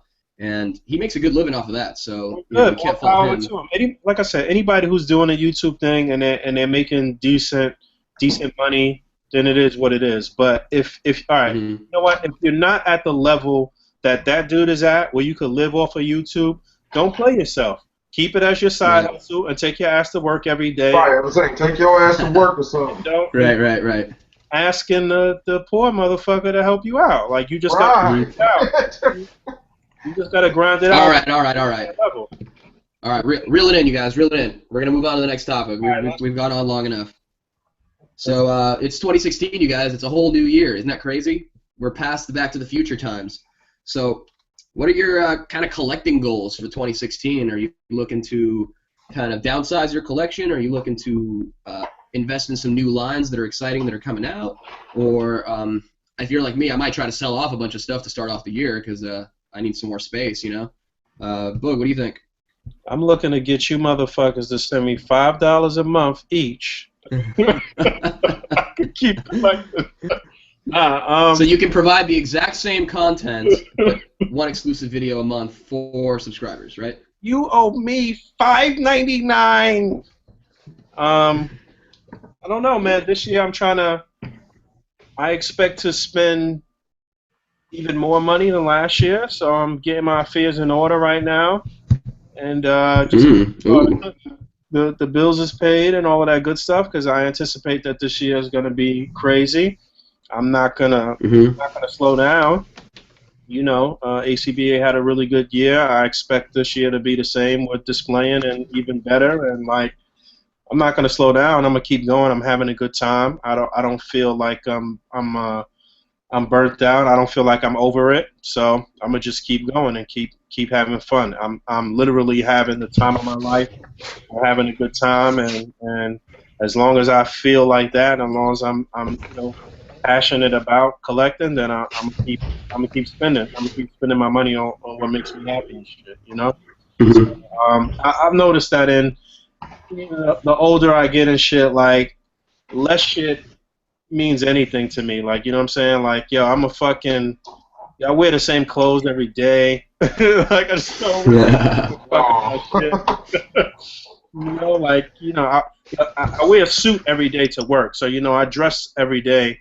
But on my downtime, I wear a sweatsuit every fucking day. Like, I don't care about shit. I don't have a car. I don't have a driver's license. I don't give a fuck about none of the shit that, like, people care about and shit. I don't care about material shit. Like, I'm kind of over that in my life. So, like, pretty much what I have is collecting. I'm just collecting, and I'm going to just keep doing that shit. You know what I'm saying? Yes, sir. Good shit. That's admirable. So yeah, 2016. I'm looking forward to spending a lot of money on being happy. I'm gonna do a bunch of traveling. Me and my girl's gonna hopefully we're gonna be going to Australia and kicking it with my man Russell Fuller. And we're gonna be going to Cali, and we're gonna be going a couple other places to DR, and we're gonna do a lot of traveling this year. I'm hoping. So that's where we'll spending our money and shit, just on traveling and shit. And I want to send my parents someplace nice. Both of my parents retired last year and shit, so I kind of want them to just get the fuck out of New York City and anywhere else. So I'll spend money on my parents to go and do something, and that's it, man. That's what I want to do. What about y'all? Everybody's quiet. Well, I mean, as far as action figures go, man, I mean, I'm gonna do my thing action figure wise because I think that at the end of the day, it's what actually makes me happy. Like, period, out of life, out of what should I say? When the real shit is over with, I pretty much like action figures. I stopped buying $200 and $300 pants. That was one of the big things. I stopped buying that shit. I stopped buying $200 and $300 shoes as well. Like I was just telling Boog, I'm gonna try to. I was looking forward to opening McDonald's. That might not happen. Like you're seriously. Opening up a McDougal's. I mean, but I'm definitely I'm going to open something. McDowell's, thank you. Like, yeah, I mean, something's about to open for me or whatever. I mean, my girl, she want to travel, so I'm thinking pretty much that page he's on with traveling, that might be happening for me soon or whatever. Like, I mean, I don't proclaim to be rich. I got money put up. You know what I mean? I'm not poor. So, I mean, it's not, I don't know.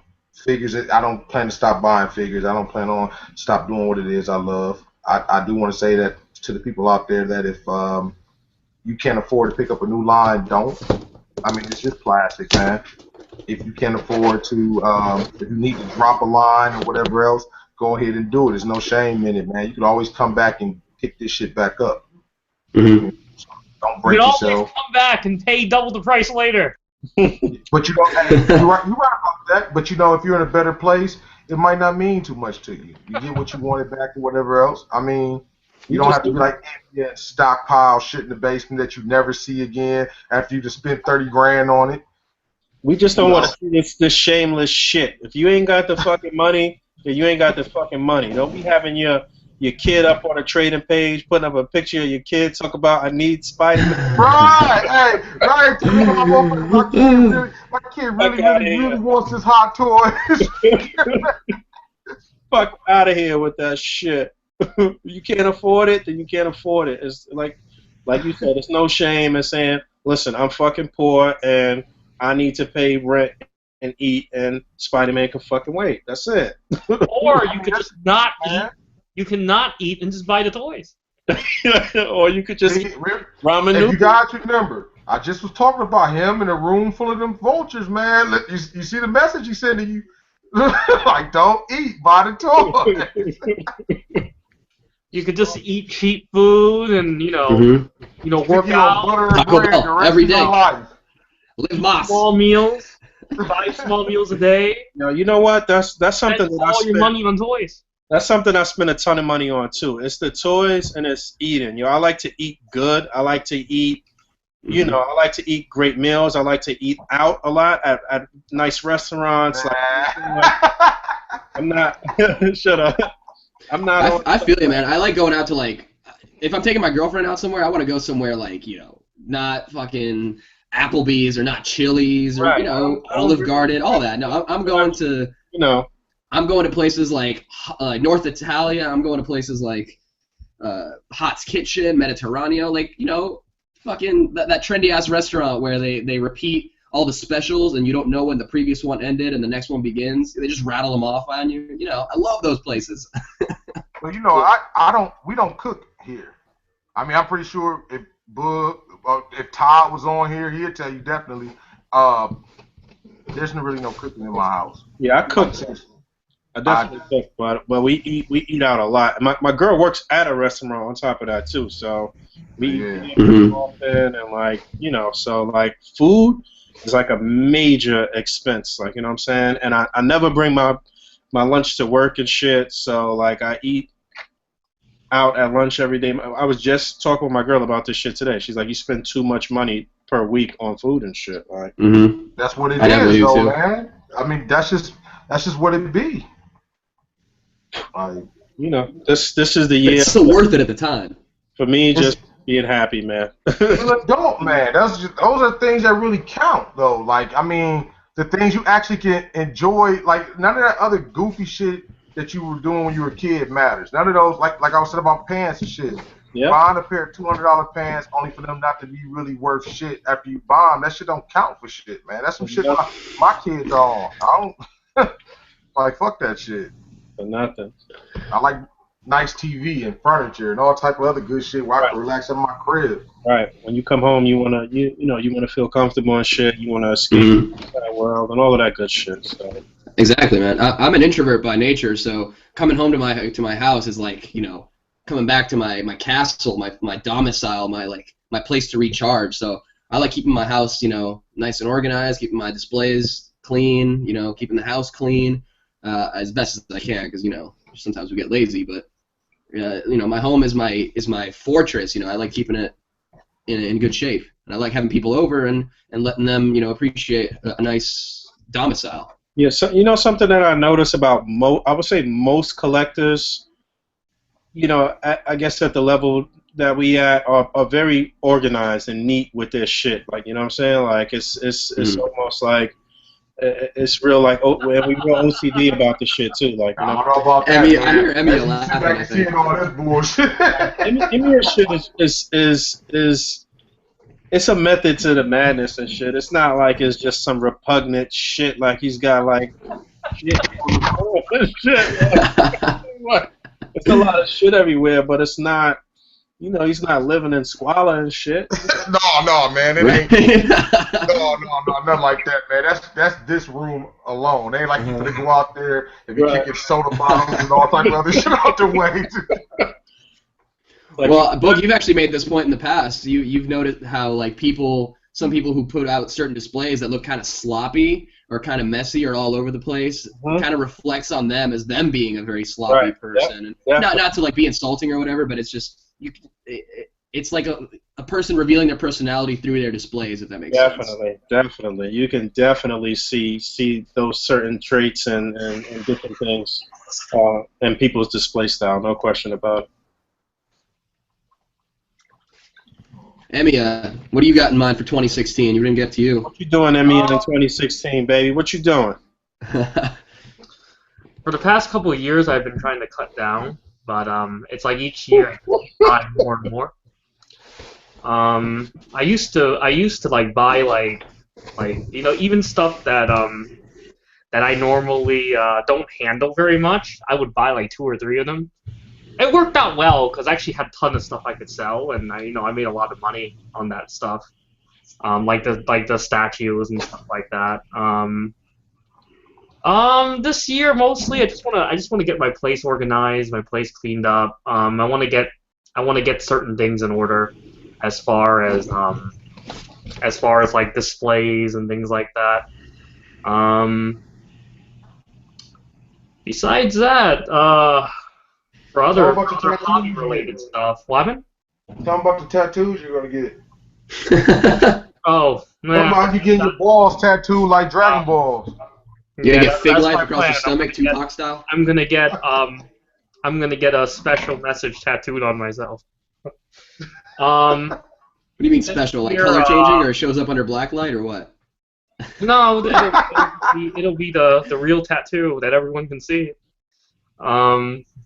Besides that, that's always been my problem. Is I like too many things. I have a huge appreciation. My interest, like I never understand why every community, because I'm in a lot of different communities. I'm in the statue community. I'm in the action figure community. I'm in the high-end community. So I'm in a lot of different communities. I never understood why everyone is so segregated. And if I had to go this year, probably I'd try to do something where I can bring more of those type of collectors together. Just because I feel like static and dynamic figures are both equal. Action figures and statues are equal, and they're both appreciated in different ways.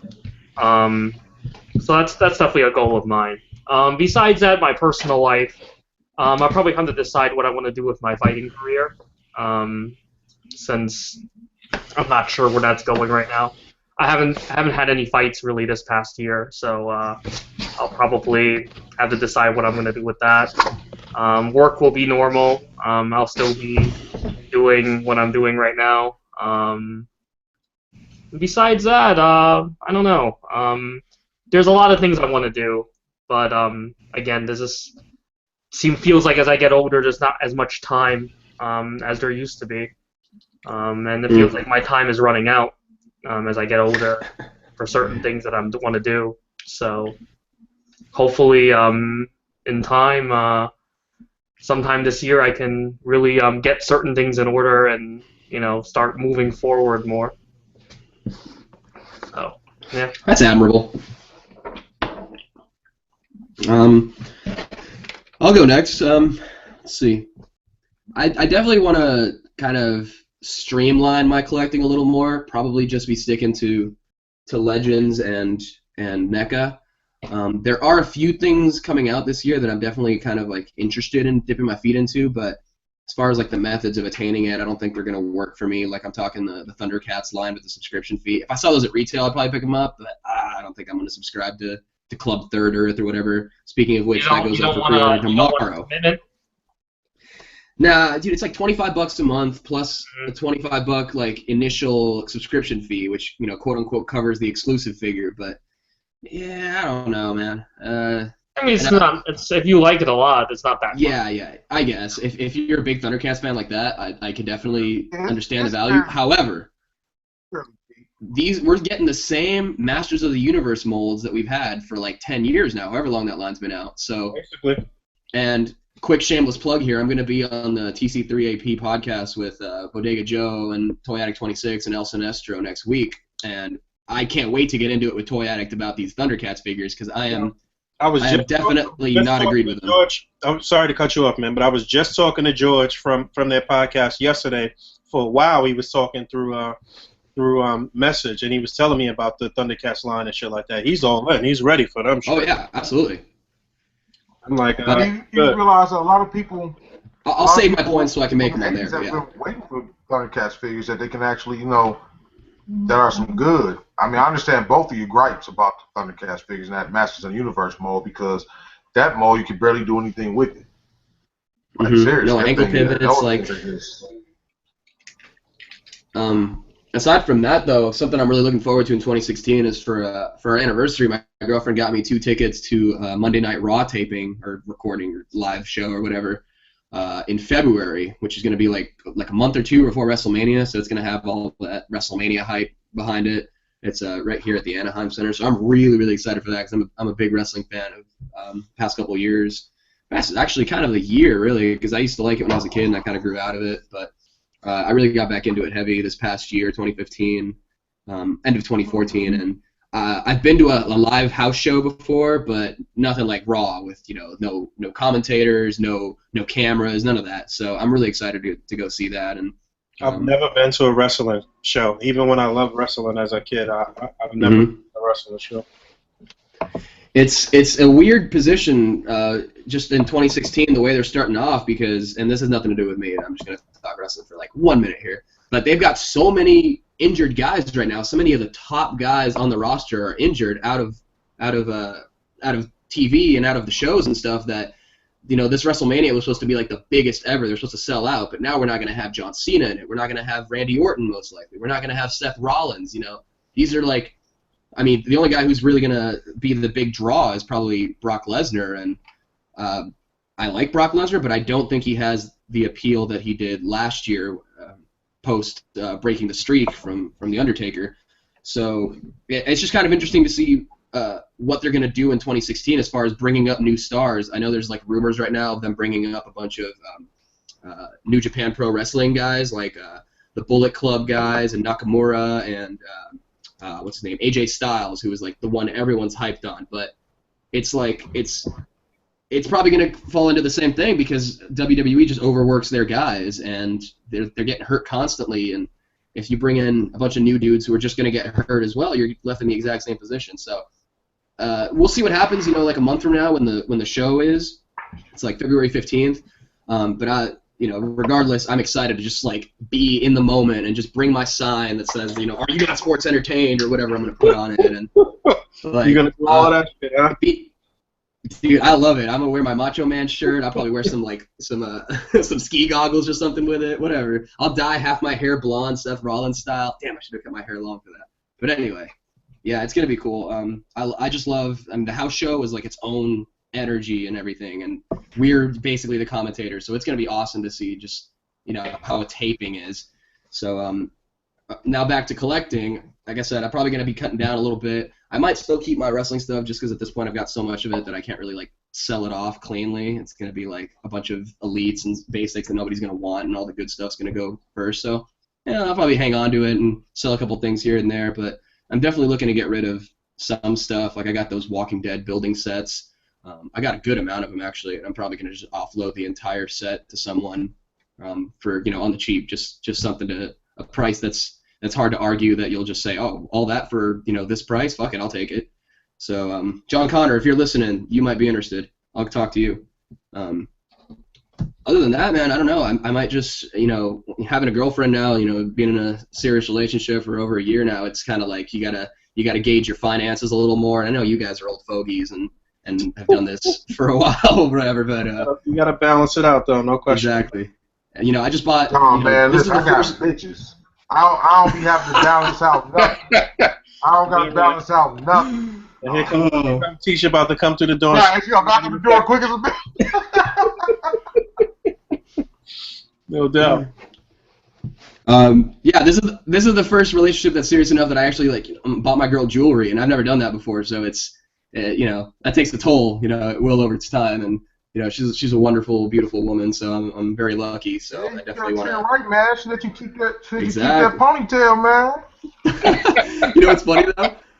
And let me correct you. It's a man bun, and I cut it off and gave it to her as a gift. Hey, you'd be better off calling it a ponytail.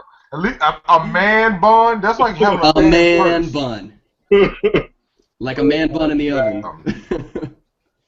That's funny. But yeah, no, it was a little cheeky Christmas gift I gave to her. It's just like a surprise, like, oh, I got a haircut. Also, here's my fucking ponytail man bun. Here you go. It was just a little joke, I guess. But yeah, that's the way it is. I'm probably gonna try to gauge my finances a little bit. I might try to look for a new job or something. Try to.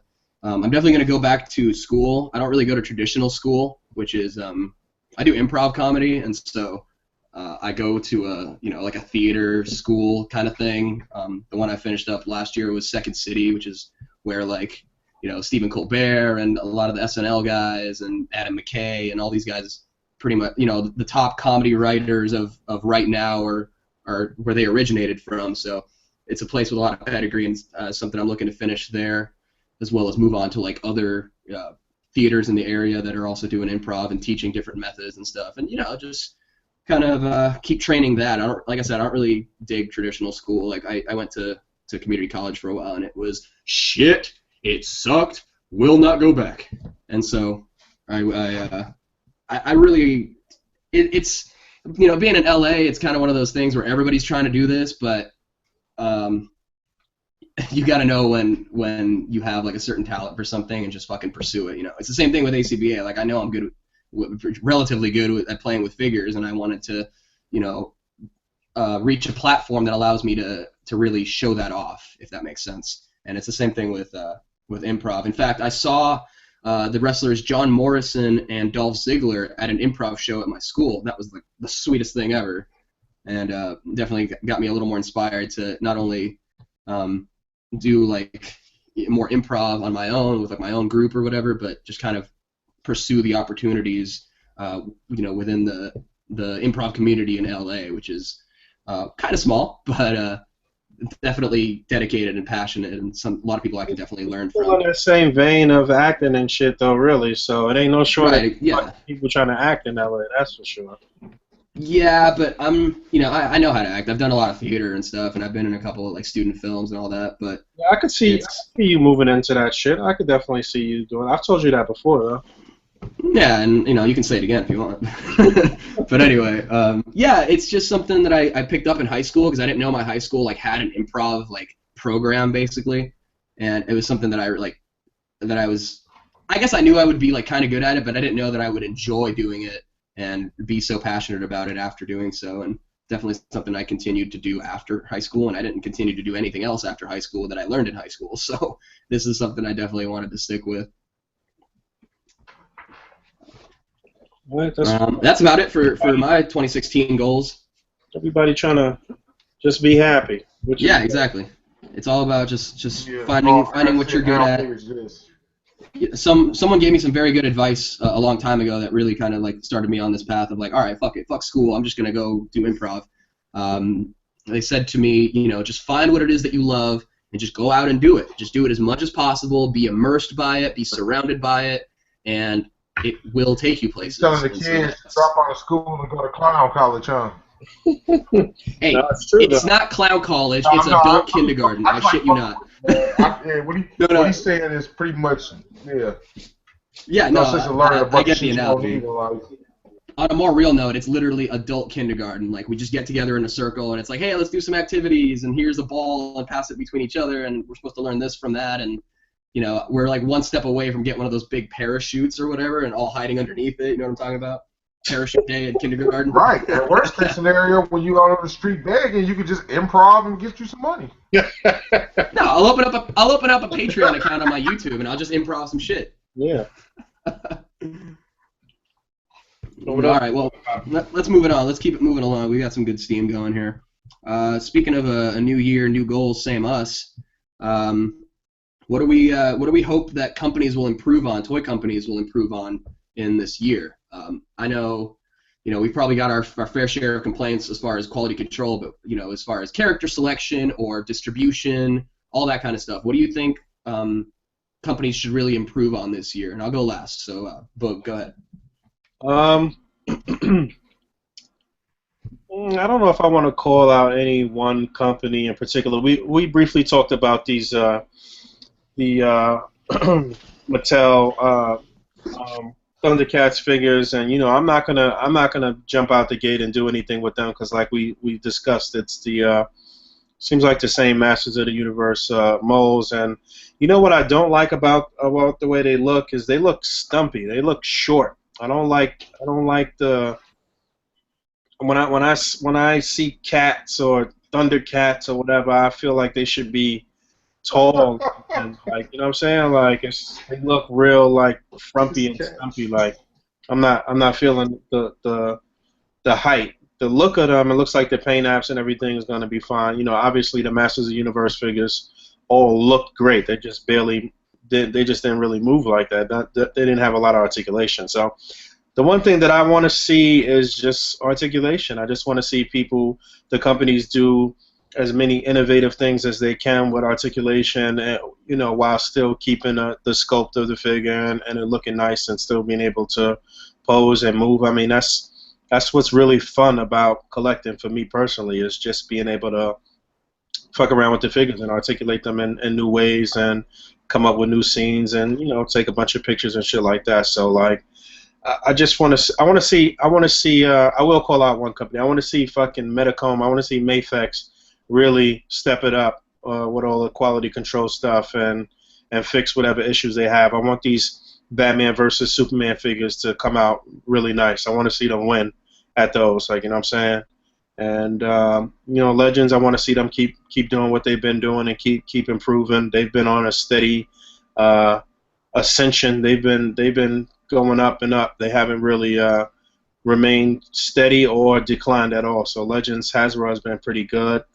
I said I wasn't going to say nothing specific, but I want to see Black Series step their shit up and stop this shit where they're not lending molds from Legends. I don't really understand the concept of them not being able to use the same parts or same articulation from Legends if it's the same fucking company. I don't really understand that. And from a business standpoint, from marketing shit, I don't see how they can't see that that's the smarter alternative, especially knowing that Black Series or that Star Wars in general is just a huge collector based line. Like if they make the people happy, then they're gonna sell even more figures and shit. So yeah, man, I guess that's pretty much it. I want to see Figure Arts really do their thing with the Star Wars line this year too, and maybe if they continue to shit on Black Series will step it up. So that's pretty much it. Curse of the Pharaohs. I mean, I don't know. I think that I don't have too much hope for Mattel, so I won't sit back and say I want to see Mattel, do this, that, or the other. Mattel is going to do what Mattel wants to do, and Mattel pretty much is putting out crap at this point. So I don't need to check for Mattel. What I do want to see Hasbro do is I want them to go back through the Marvel Legends catalog, and I want them to maybe reintroduce some of the characters that Toy Biz made, like I don't know, like Scorpion. I know I don't think he's playing a big part in any books right now, so that's probably not on their agenda. But at the same time, I mean, we got the one Marvel Legends Scorpion, and then the repaint in the what was the Spider-Man whatever line, classics line from Toy Biz, whatever. And yeah, with the gimmick they tail. were both Spider-Man lines that they produced that figure.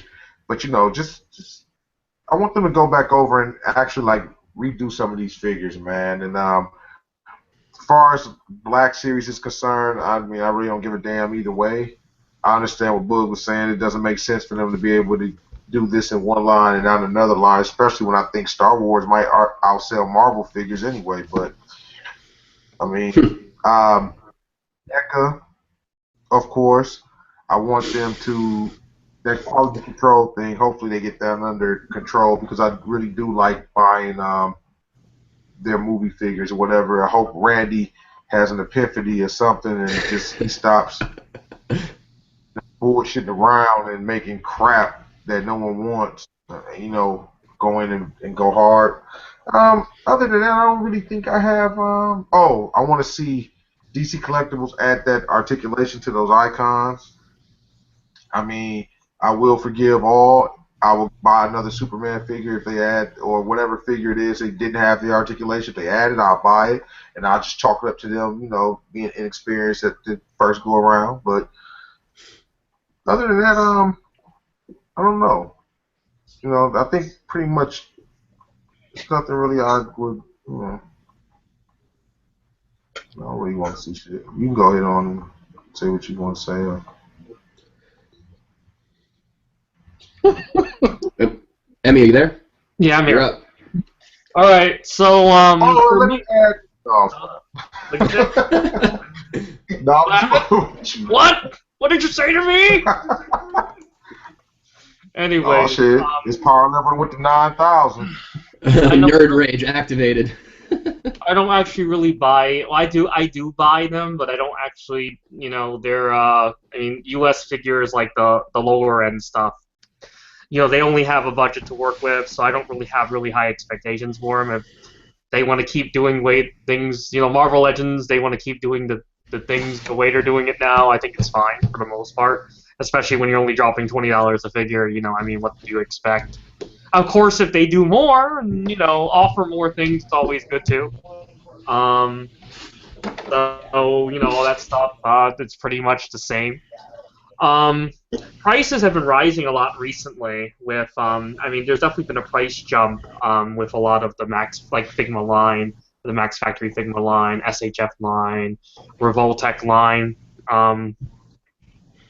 Everything's been slightly going up, Hot Toys. Everything's been going up in price. So, since the price has been going up for the most part, what I would hope for the most part, as far as concerning that, I would mostly just want them to have reasoning, give us good reason, more advancement in paint application, engineering, accessories, whatever, I would just want them to be able to justify, the slight price increase.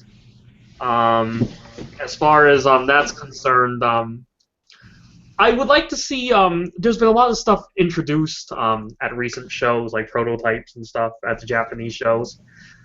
For the Figma line, for the SHF line, for all these other lines, Hot Toys even, and I would like to see them release these figures. Some of these figures, a lot of people are wondering what is the fate of some of these figures or some of these lines that have been shown. I mean, I can go into specifics, but there's actually quite a few, and I would like to see those actually get released. Same with some other lines like Sentinel's Ryobot line. We seen that Rasengan from Gurren Lagann a while ago, and it was actually supposed to come out probably 2 years ago, a year and a half ago. I don't know. It's been a while, and we still haven't heard anything. So I would like to see in 2016. I'd love to see confirmation if it's canceled.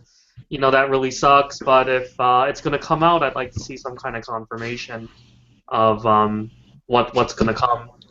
And of course, it seems this year Square Enix was doing pretty well with the PlayArts Kai line, and suddenly I've heard of QC problems start happening with some figures. So I hope that they get that in order as well, since I buy some of those figures.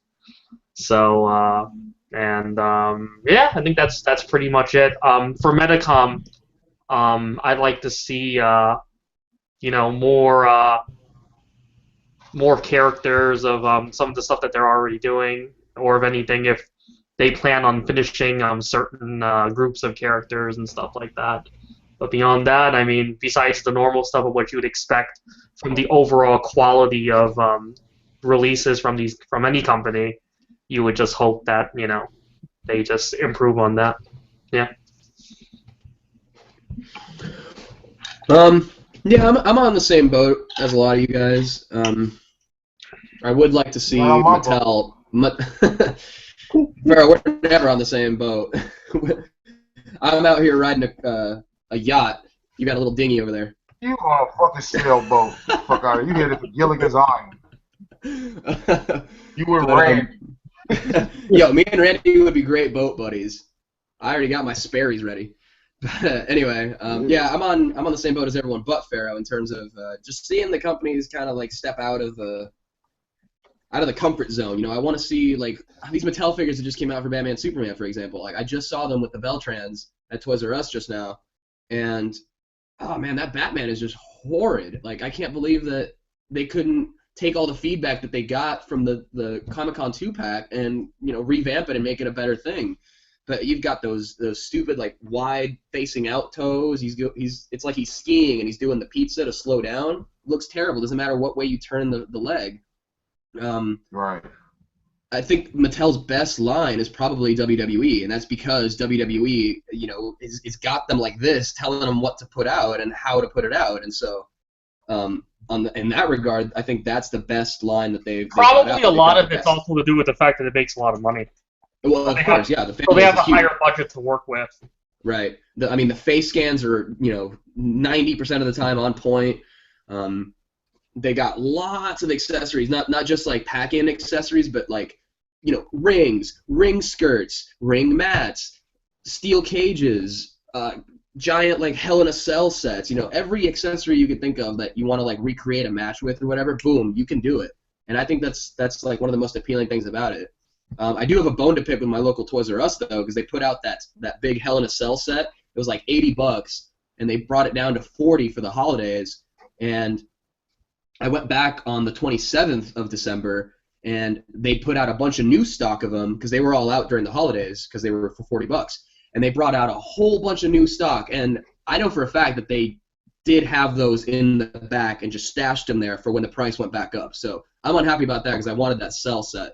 But aside from that, I mean, commentator tables. You got all the guys in the suits, you know, all of us use those for different reasons or whatever, but there's so much variety in the line and so much, you know, so much content coming out of it. And they've only had the license since like 09, I want to say, 08 maybe. So it's crazy robust. And, you know, their DC stuff is just down there, man. I mean, you could compare the NECA Adam West to their Adam West, and there is no comparison. It's crazy. I mean, I'm going to sell my Mattel Adam West just to keep the back computer accessories and everything.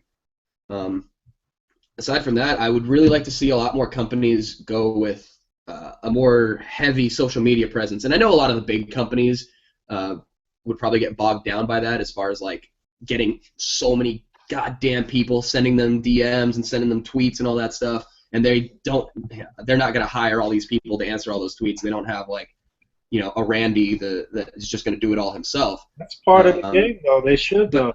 That's exactly. That's the new age. That's what I'm saying. They need to. That's what I'm saying. On that shit, no question about it. I mean, I think that the biggest thing people have to realize with Mattel is that they're just business. Like the model that they're using is pretty much toys. A collector figure for them is just a strict. They have a very strict bottom line. That's why you know they're so successful. I mean, they've dropped off as being the biggest toy company in the world now because of, I guess they're just not moving with the times as fast with certain things. But they're very strict about their bottom line. Like that. Like the reason, you know, they need to sell it for this much, or the reason they have to sell it, or they need to make this many units, is because they have a budget and they have a set return and they stick by it really hard. Like some companies would kind of would move around and say, oh, okay, well this is a collector's line, we can put this much money in, and maybe we won't expect as much back because the audience is not as big or whatnot, you know. But with Mattel, they kind of treat everything the same. They need to get this much back. They need to make this amount of money. So they're really strict about that. And I think when you're dealing with the collector lines, you just can't expect that you're going to make as much money as fucking Hot Wheels. You get what I'm saying? And I think that's kind of the problem. You know, with the, you know, your mass market general toys, you know those things, you know, are really, they make a lot of money. And they kind of expect the same with the collector stuff, but the problem is you kind of have to build collector trust, and you kind of have to, you know, I mean, collectors have a certain way you deal with them versus a toy that you just keep putting back out over and over again. People always buy it because it's not really a collectible thing. And I think the big problem really is just the fact that they have this strict bottom line, and it always kind of messes up their plan because, you know, things end up not selling, and they decide, oh, we want to keep cutting the budget because it's not moving, and then, you know, they don't realize that by cutting the budget, they're also hurting the line, which results in people not buying it, and or subscription services online. they're just having a really hard time adjusting to that. I think that's really the big problem. And now, with But that's just fucked up though, because you would think that with all of the experience that they have, you would think that they would just find a different way of doing it. I mean, you would think that if you can see that, how come they can't? I just think Like, that they're stubborn old guys who don't want to do things any different than how it usually is. You know what I'm saying? I mean, but it's hurting them. Much, it's really turning the collector market off of them, and yeah. I mean, they might not want to admit it, but the collector market is substantial, and if you lose those collector it's getting dollars, a lot bigger these days, for sure. I mean, it is. I mean, collecting is it's getting bigger every collecting year. In general is getting bigger. It's in part because of what we do, and in part because of just the engineering of action figures has just come a long way in about 10 years. Absolutely, yeah. And so but that's leads me to say that they should continue that upward trend. They should. I mean, if they're going to put out new Thundercats figures, I mean, yeah, it's cheaper to put them on the Masters of the Universe mold, but just go that extra step. I think the other thing is, it's kind of disrespectful to the collectors because it's almost like they think, oh, we could just mask it a different way and sell it again, and it's not like collectors are stupid, Right. So, we're the ones spending the money. Like, it's our money. We're not spending our parents' money. If they were to take the Thundercats line and stick that into mass retail, it would probably fail. Well, Masters of the Universe failed at mass retail. It would fly off the shelf initially.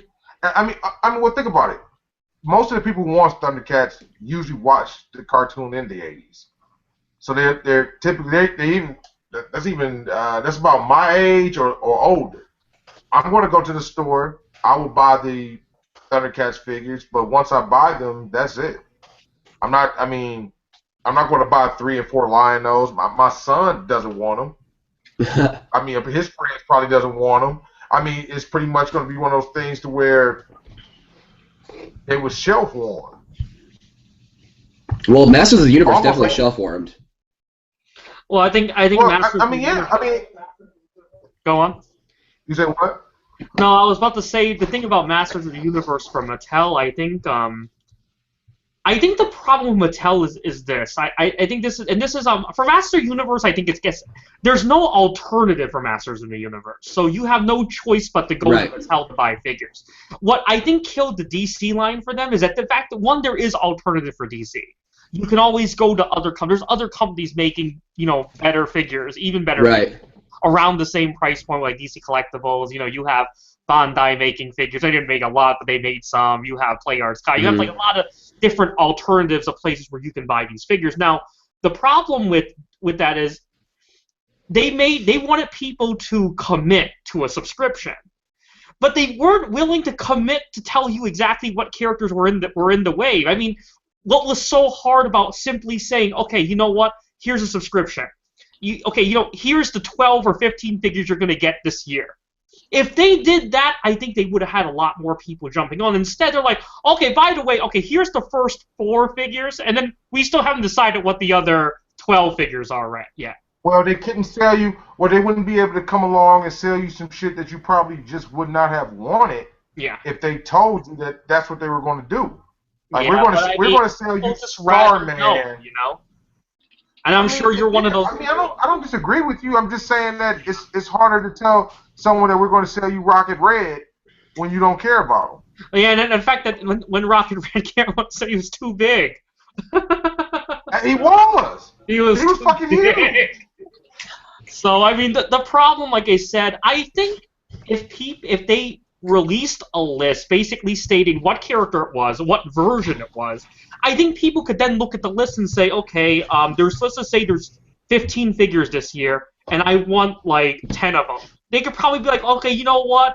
I'm already in for 10 for sure. Maybe I'm okay with getting the other 5 as well, and maybe I could trade them off in the community, whatever, sell them off or whatever. And I think that would have made it better for people. I think a lot of it, the biggest complaint when you go to the communities is mostly everyone's like, oh, you know what? I want to know what I'm getting. The whole buying blind doesn't seem like it's a very smart move when people have to drop that amount of money. People don't mind buying like $10, $15, one figure blind box, no big deal at AnimeCon or whatever. But when they had to drop down like $400 or $500, they want to know what they're buying.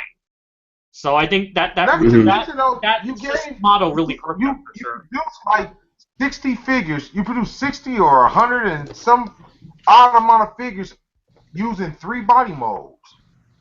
If 3, you have an overly buff teenage body mold. I mean, Robins are, dude. Like seriously, these fucking Robin figures are like just buff as fuck, man. To be a 30-year-old man, like what the fuck? They're Damien too. Then right, all of them. Then you sit around and you say, okay, well, we're going to give you this figure here, and like you said with Rocket Red, okay, you don't want to make a proper size body form, so you're going to use a body that you already were using, which is fucking Atom Smasher or something.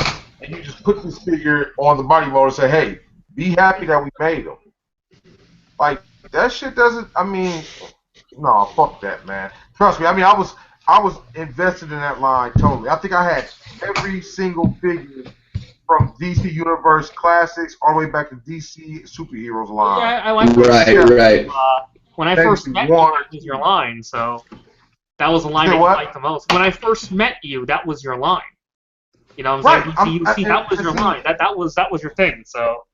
Right, and what I started doing was when I started looking at certain shit, and I just said, fuck it, I'm not going to complain too much because at least I got the figure. And then something clicked to me and said, man, that's some bullshit. Why the fuck am I sitting here feeling like I'm lucky? I'm spending my fucking money. I ain't finna feel like I'm lucky for this bullshit. This is crap. Yeah. And they gave us so much bullshit, man. How do you feel about how they're bringing stuff back up now? Do you feel like it's too late, in your opinion, or do you feel like everyone in your opinion has moved on to DC Icons? I'm done. I pretty much when Icons line was introduced and then I got to really see them, whatever, I had made that decision right then and there. I said, you know what, I'm going to fuck with that line. And I pretty much got rid of all DC Universe Classics except for anything Batman related. Everything I have is Batman related. I might have kept a Superman or two, but pretty much all that Green Lantern shit and all that other shit, that shit's gone. That's too big, that's stale, that's way too big, all that shit, man. I had to get rid of that shit. So pretty much for you, just DC Icons from this point forward. Yeah, I mean, they're not the biggest figures. Like people said, you can't really use other lines with them, but I really don't care for what they are. They're really nice. You mostly do DC with DC anyway, so it doesn't matter, right? So. Right. Yeah, that's my go-to line or whatever. And I'm sitting here fucking with this E-Man figure, and I was thinking about what people said about the Thundercats, and it's not that this figure doesn't have articulation; it just can't use it. It's outdated articulation. It's got no range. You said what? It wasn't well thought out.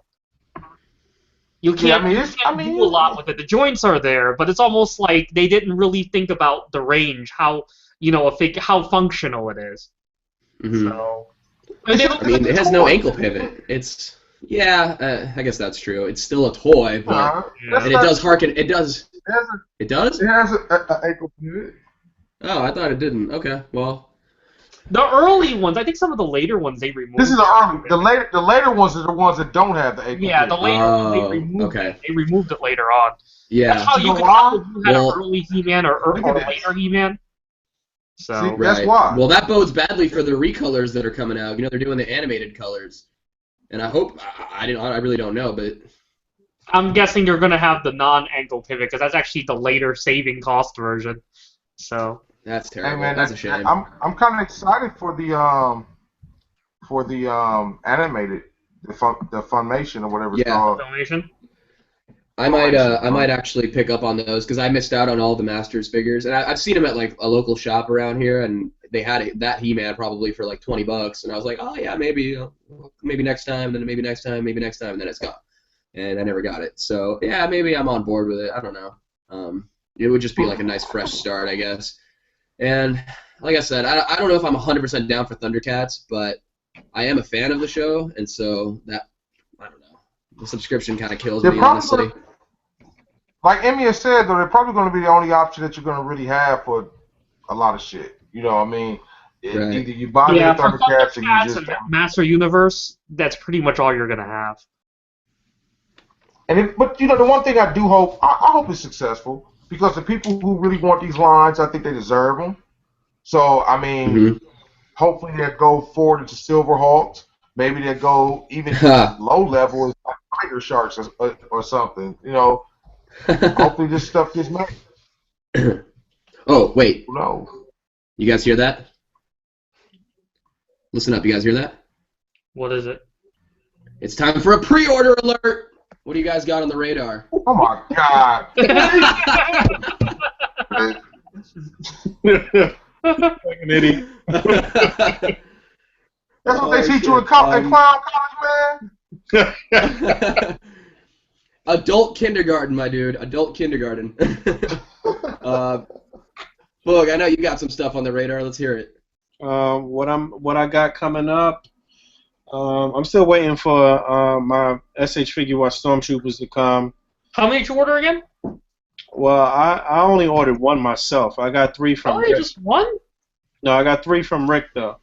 Okay, so you have a total of 4? I thought you said you're trying to get 10. Yeah, I will have a total of 4, and I'm trying to make it to 10. So Well, they're gonna do a reissue pretty soon. yeah, I'm pretty sure they will. I've got it on.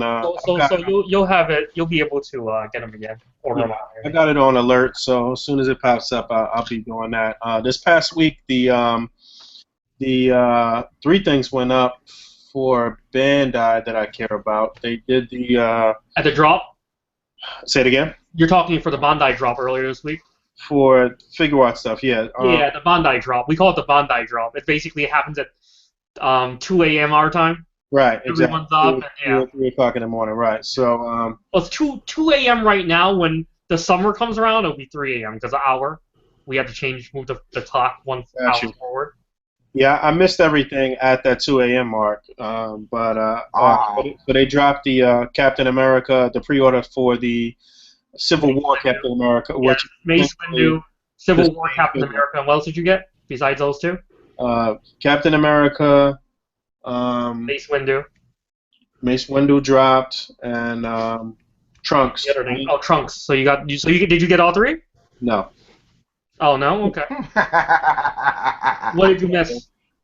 I missed Trunks. I got. No, you can buy it on BBTS. Will you shut the fuck up? Oh. Tell him. I missed. I got Captain America because nobody gave a fuck about him. I guess it's pretty much the same figure with the unmasked head sculpt, if I'm not mistaken. But there's a 3D scan. What does that mean? 3D scan, meaning that they actually, it's not it's like the early figures, they just sculpted them by hand, but these ones, they're actually scanned just like the Star Wars ones are. Right, well, it's the same figure with a 3D head scan. They changed it. The mask legs is are different too. The legs are different. How? The pants, the design on the pants is different. The design on the boots are different too, and I think the boots are black. All right, so yeah. There's minor differences there. So I did do that, and then I was able to catch Mace the next morning, and but Trunks I didn't get. Trunks I didn't get Trunks from where I wanted to get him from, so I did actually end up pre-ordering it with Big Bad Toy Store though. So yeah, I've got a bunch of shit for Emiya through like July or some shit though. I don't even know everything that it is. There's so much shit. I actually started putting shit in order as far as, combining stuff for the months that I wanted to get together and whatever. But even with that, you got to be strategic because, some shit might come out at the beginning of the month, and if you have it combined, then you got to wait, So I'm looking forward to so much shit this year though. But this month, that Obi-Wan is dropping, the Figure Watch Obi-Wan. At the end of the month, we'll be getting our SH Figure Watch Hulkbuster, and what else is dropping this month? I'm not sure. This month, probably nothing you want. I don't think it's probably anything that you would have ordered. But yeah, that's pretty much the 2 things that I'm really looking forward to this month is the Figure Watch Hulkbuster and the Obi-Wan. that you could pair up with the Darth Maul for a little battle and shit. Well, I this month for the Bandai drop, I went ahead. I got the Mace Windu, the Trunks. I got the fucking the Captain America. Oh, and I got the Kaneko man. What the fuck is this guy's name? What's his name, Emiya? Robin Jr. Robin what? Jr. Robin Jr. Yeah, and I got it. That's what I snatched up. But as far as this month, I think I have I got the Hulkbuster. If I'm not mistaken, I have Bruce Lee. That's supposed to come out this month as well. I don't know. I might have 2 other things for this month, and then I have all the Obi-Wan Kenobi. I don't know, something else. And then I know for a fact I'm probably pre-ordered up all the way to August. Just all types of shit, man. Just random shit. I got the re-edit Hulkbuster figure on pre-order. I got just a bunch of shit, man. So on that, what's the Dragon Ball Z character? I ordered him just on the strength. The one that looks like Anubis. Oh, Beerus? Okay, him. That guy. I got him on pre-order. I mean, I just. The guy that looks like a backyard again. A what? Oh, never mind. Boog's kids might know what I'm talking about. But yeah. I mean, I got a bunch of shit, man. So I mean, it's just too much to name. I know for a fact though that what Boog just named about putting shit in order. I think I might start doing that because I'm gonna look up. I'm gonna get charged crazy shipping for all type of shit separately. So, Emiya, what you got on the radar? This week I ordered the Deadpool, the Hot Toys one. From the movie? Nice. From the movie. I ordered the Dark Phoenix exclusive PF statue. On the Bandai drop, I bought the same stuff that they bought, but I also got a few of the other things as well.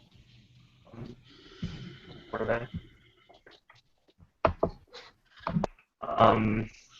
Yeah, very much the same ones that they got, but I also got like some of the other stuff. I'm trying to find it. I know the link went up. I'm not a Zelda fan, so I know a lot of friends ordered that DX version of the Link, the one. I ordered the Ashtano Joe, both versions of that statue, the last scene version. Yeah, some other stuff here and there. That's pretty much it. Okay. I'm looking at the Terminator 2 T800 for the video game appearance. It's got the crazy colors and two alternate heads, and I like that. What game was that? What game was that from? It was a Terminator 2 video game for I believe it was NES. How would he know? He wasn't playing on. He wasn't playing them games back then. Well, I definitely didn't play the Terminator game, but I'm all in on this line. I definitely didn't play the Rambo game either, but I mean that game was just crap. I don't remember Terminator 2 game. Me neither. That's what I'm saying. Yeah, it looks like it was for Nintendo. It might have been Super Nintendo, in fact. I mean, obviously it came out in like 91, 92. Ain't no way in hell that Terminator 2 game really for Nintendo? Yeah, I mean the box art has the mock Nintendo seal of quality, but with the NECA logo.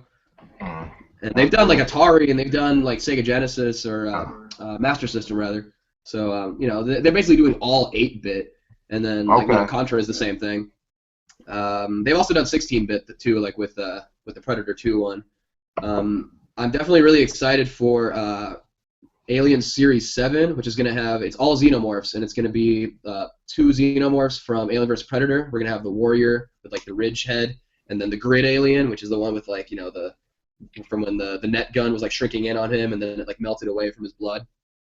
So that one's real cool. But the real exciting one from this line, I mean, I want those two because they've been hyping it as like the most articulated xenomorphs they've come out with yet. And that dog alien is really hard to beat, so I'm curious. But they're also doing the 1979 prototype alien, which is like the clear white suit before they, you know, basically spray painted it black. It's like Geiger's original vision for the alien, basically. So it's basically just a redeco of the original Big Chap, which is, you know, whatever, but it's funky new color. Why not? I am looking forward to probably the most out of everything I've just named is the Hateful Eight figures, because I just saw that movie a couple weeks ago before I went on my trip. Are they doing figures for those? Yeah, they're doing the retro dolls? style, though. They're Are they doing the dolls? retro style. Yeah, they're doing the dolls. But, dude, these actually look way better than any of the other ones they've done, because they've got all that, like, thick Western wear and all these coats and hats. And He's not going to give I me think the hats $30 a piece for those damn fake, those weak-ass dolls. No. Hey, maybe they'll get the controversy behind them that the Django figures did, and we won't see them on shelves for long, and they'll just be like these crazy collector pieces. Like I'm looking at their product page right now, and at the bottom of it, it even says these action figures are intended to be representations of their movie counterparts and should not be construed as social or political commentary on the part of the manufacturer. That's some shit they had to put on there because their Django figures got banned, and you could buy a whole set of those Django figures for like $1,000. They're crazy. Yeah, The Hateful Eight was a good movie, man. I enjoyed it. It was Was it definitely 4 one of my hours top long? 5 movies of the year. It wasn't Sorry? 4 hours. It was like right under 3 hours. It's 3 hours, but depending on where you see it, there's also an intermission and an overture in the beginning. My theater didn't have that, but if you go to like some more deluxe theaters in town or like Yeah, to especially see in LA, the overture and the intermission, you need to watch the 70mm version. well, I did watch the 70mm version. They even gave me a program or whatever. All the 70mm versions I've seen, I know I've seen that version. That they all had the intermission and the overture. Well, what you're talking about is the road show. Oh, What you're talking about is the road show. Yeah. Because they did it all like it was all glitz and glamour about maybe it. it was and, only all this maybe it pomp was and only like circumstance.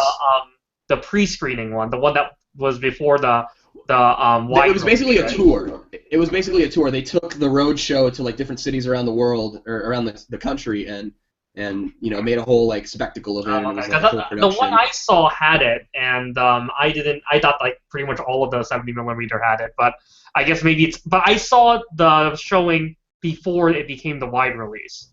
Is that okay, the yeah. showing that has it? See, I saw the wide release, but it was still 70mm, and you could tell because it is a beautifully shot movie. It is probably like from a cinematic standpoint the best movie released this year. Now I haven't seen like The Revenant or all that stuff, but I mean I'd go as far as to say that this is like one of the most like best crafted movies of the year, if not like the last few years.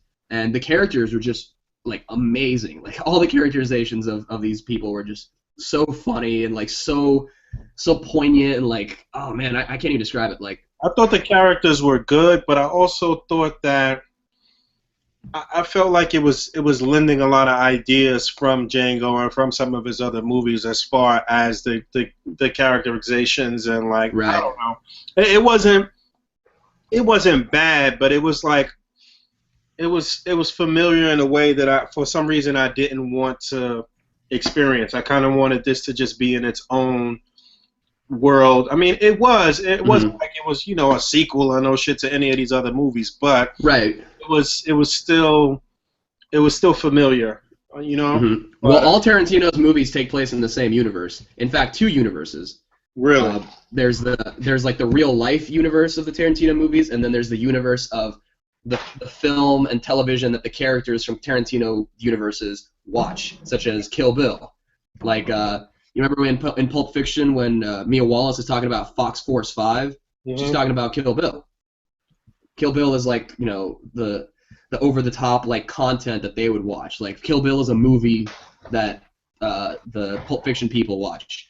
And there's a lot of similarities in their movies as well. Like every single brand of cigarettes or tobacco is Red Apple because that's like their Marlboro basically. Every single Tarantino movie has that. So if you look for it, you'll be like, oh shit, I know I was like that in the movie. Well, that's interesting. I never really noticed any of that stuff, but I think the dude's from around here, so I only recognize the cop Michael Keaton played in Jackie Brown. He played the same cop in another movie. I don't know if it was a Tarantino movie or not, but I just remember. And also, Bruce Willis's character from Pulp Fiction is related to, I believe, the Bear Jew from Inglourious Bastards. No. I'm not sure if it was him, but there's two characters from those two movies that have the same last name, so they're of the same lineage. There's stuff like that, Fuck all but as this, far as man. these Why fuck you figures saying go, the figures you wanted?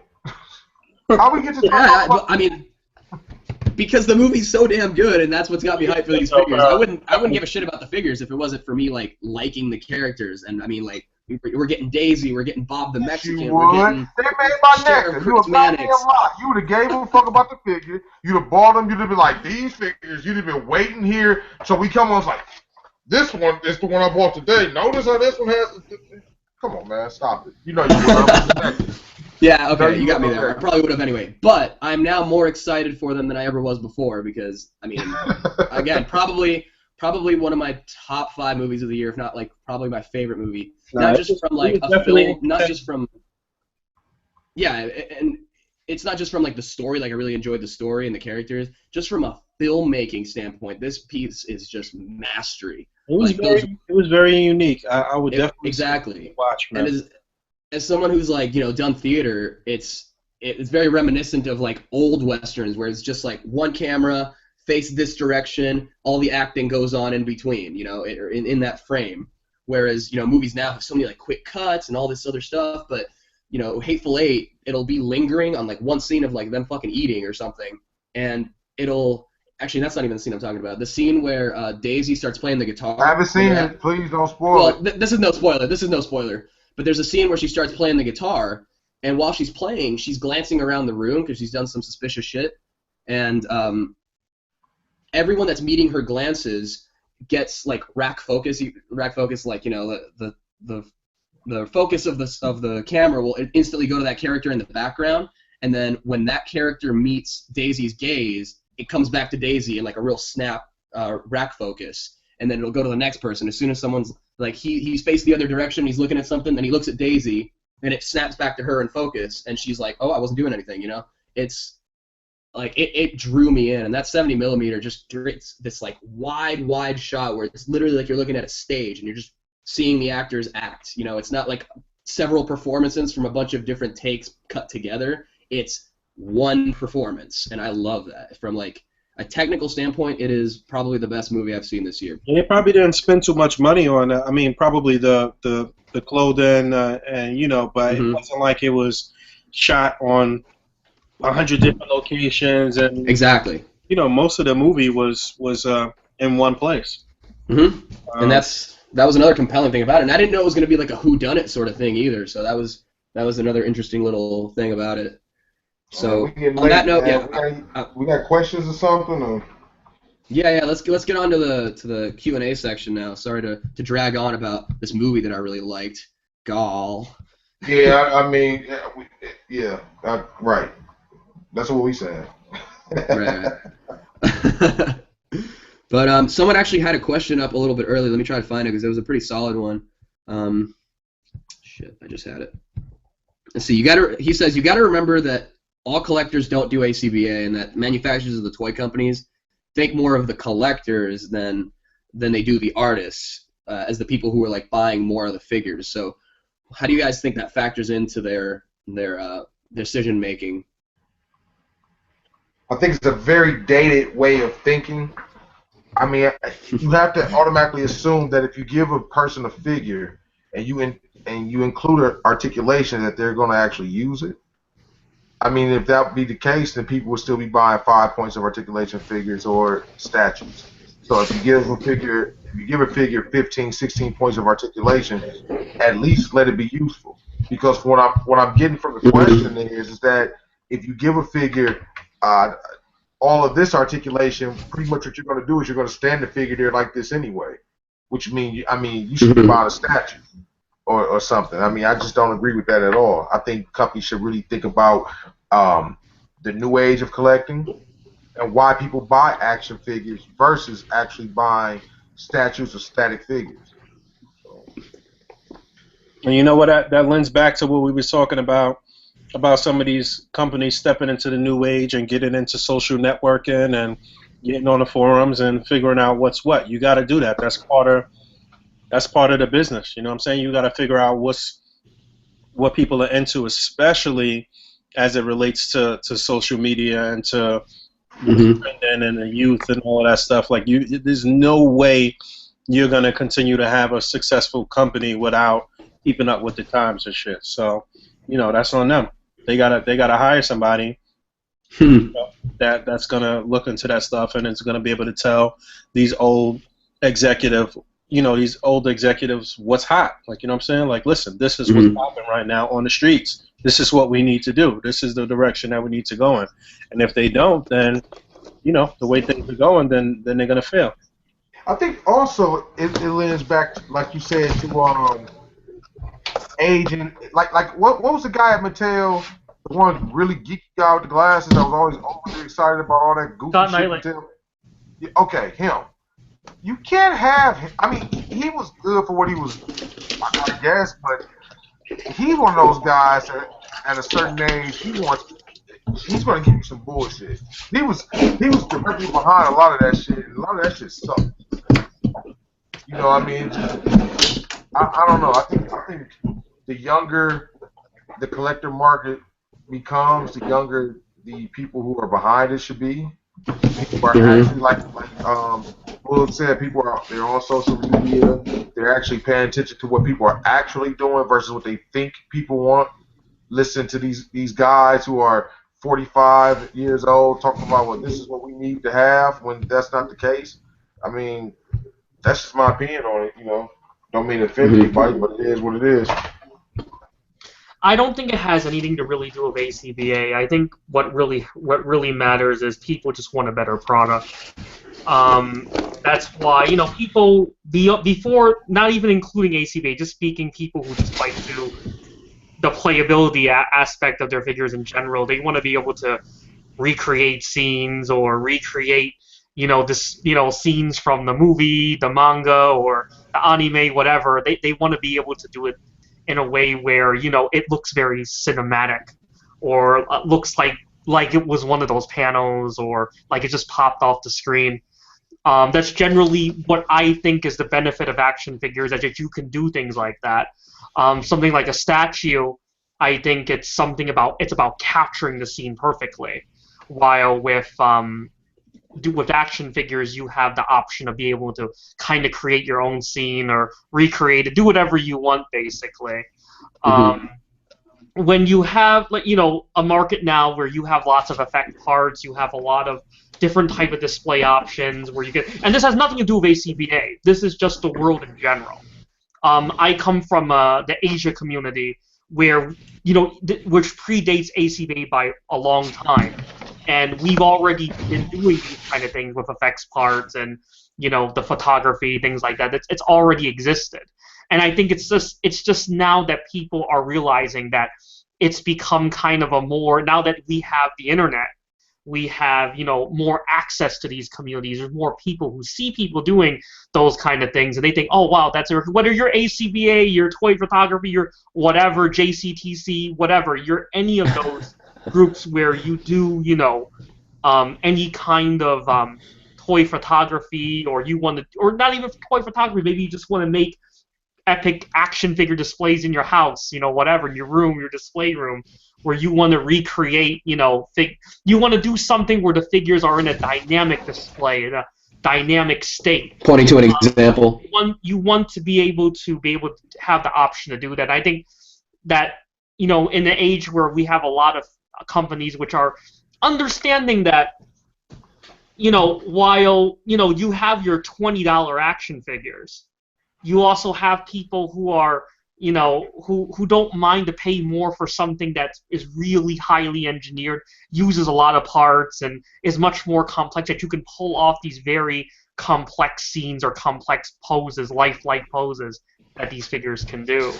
And I think that's really what it is. I think the companies should be looking at that. I think companies are. That's why we have, that's why Bandai has been releasing these effects parts. That's why Good Smile Factory, has the, these stages and all that stuff. That's why we have all that stuff.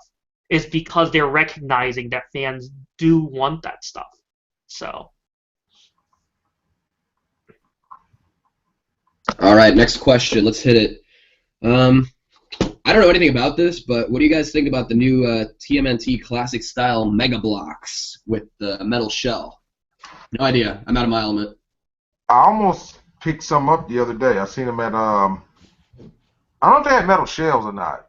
I'm not really sure the whole thing with the metal shells, but I know Mega Blocks, they just had a bunch of new bundles. And I mean, I just started to pick them up just on the strength, just to see what they were about. But I mean, I'm not really into Legos or Mega Blocks, and I'm not really even into mini mates anymore. So, I mean, it's not bad, but I mean, I guess it is what it is for the people who want it. About the best I can say about it. It's news to me. I didn't know anything about it. I've never bought a Mega Bloks figure or anything like that. So I don't know. Yeah, the only Legos I really messed around with in recent memory is those Walking Dead ones, like I mentioned, which are nice. They are good sets. They work really well for mini-mates, actually. I know El Sinestro uses his Walking Dead mini-mates with those sets, and they're good. They are just kind of overpriced. I'd wait for them to go on clearance. All right, next question. Do you guys think that SH Figure Arts will release Spider-Man from the Civil War film? Because SH Figure Arts has never put out a Spider-Man to Metallics XD's knowledge. I think Bandai will do Spider-Man if Spider-Man's in the movie, for sure. All right, next question. That was a good one. Any idea what good body would be if you wanted a custom Gwen Stacy in a civilian garb, civilian clothes with that new head sculpt on the Spider-Gwen figure? Sheesh. maybe try for the Mary Jane that they released for the movie. That had years back. I mean, with the Chinese dress. Yeah, I mean, maybe you could go for that, but it's not a lot of civilian dressed female figures. You know what? There's that other line that had like those regular people and shit. Like they had the mom, the businessman, and yeah, and the mom and shit. I was gonna suggest from the DC Collectibles Arrow line. I know they have a Diggle, which has just like a jacket or whatever. It might be too big, yeah, but if you want to fudge the scale, Felicity Smoke does have just a white shirt and the skirt. Yeah, she's like 7¼ inches. Yeah, but like I said, just put her in the background, or if it's just her in a photo, I guess you could pull it off. The skin tones might not match. I'm not sure about that. You know something else? Diamond just released the what's the chick name from the zombie show? iZombie. Yeah. Right. Absolutely. That might work out too, but the biggest thing that you got to worry about is the neck peg, or what you're going to do about putting that head onto whatever body you get. Right. You might have to Dremel it. It might be like a one-time deal kind of thing. Right. So. I mean, who knows? We're supposed to be getting a Peter Parker figure at some point this year, so maybe they'll do some other civilians or female or something like that, and you'll be able to do some swaps. We'll see. Yeah. Oh, Rectangular, Mr. Todd says Buffy figures are perfect for the Gwen Stacy. Tell Todd to shut up. I think you just did. I think he just heard you. Todd. He might be right though with the Buffy figures, but they do have very thin those are pretty small. They have thin necks and tall neck pegs, so you're gonna pretty much have to figure out a way to do that. Shave down that neck peg or Dremel the head a lot. What else we got? Let's see. What do you guys think of we're talking about Thundercats earlier, but what do you think of the 2011 Bandai ones? The ones that failed spectacularly. They would have been okay if they would have. I think the first versions, the scale was just stupid. I just think that was just a dumb scale to put the figure in. And then the 6-inch figures, what stopped me from actually even buying the 6-inch line, though, was that dumbass look on his face. That, it was just like the stupidest fucking look I ever seen. Like he was taking a shit and just couldn't get it out, and I don't know. They would have been okay, but that was my problem with them. I think Boog, didn't you have them? Oh, now what, the bastard ain't on? Yeah, he must have dozed off again. I've only ever seen those Thundercats figures at I think I saw them at Toys R Us a couple years ago, and I guess it must have been 2011. But Yeah, I wasn't really impressed with them. Yeah, that lineup was a little weird. I think the one weird thing I noticed about it right away was that thigh joint, how it has like a piece of the thigh that like goes up Yeah, into the crotch. right. It's You know what all I'm talking about? over the. I agree with you with that, man. That was weird. I ordered them. I was really excited for them, and I ordered them from some website quick, and I got them in, and the sword was all flimsy, and it was just they were awful. All right, moving on, moving on. The fuck are you doing? Looking at patterns? This right here, this is the T8, the T1000. Just looking through that eye hole. For some reason, I looked like a magnifying glass for a second. Well, yeah, kind of. Look at that. I gotta inspect this little diamond I got right here. Make sure it's the proper cut. Do you guys think DC Icon's gonna make Wonder Woman at some point? Probably goes in Of that course, question. that's a given. It's Wonder Yeah. Woman. Do you guys believe certain companies are getting a pass due to popularity of a character rather than quality? And should quality be just as important as the figure itself? Wait, I didn't hear that. Say that again. Do you think certain companies are getting a pass due to popularity of a character rather than quality? And should quality be just as important as the figure itself? Like, man, what's a good example of that? Mr. Cerrone Games Go, give us an example real quick just to kind of help us out. You should just use Nectar. That's Yeah. a perfect question for you because I think you buy a lot of the figures because of the company versus what they're actually offering you. It's hard to say though, because it's like I like one Predator, and therefore I like all of the Predators, and that's just kind of the way it goes. I love having all the Predators. So if Mattel would have done Pacific Rim, would you have bought those figures? It would really depend on the quality, because my thing is I would rather have. I mean, I like Pacific Rim a lot. It's definitely a good, enjoyable movie that I definitely watch, you know, whenever it's on cable or whatever, like cable classic, as I like to say. But it would really come down to how good the figures are. Like if we're getting some like rotoscope, like 5 POA kind of thing with, you know, like a soft sculpt, you know, I wouldn't really be down with that. I'd rather have something a little more movie accurate, I guess, you know. You know what this is? That's you dancing around the question. Yo, I'm getting fired at over here. Of course I'm dancing.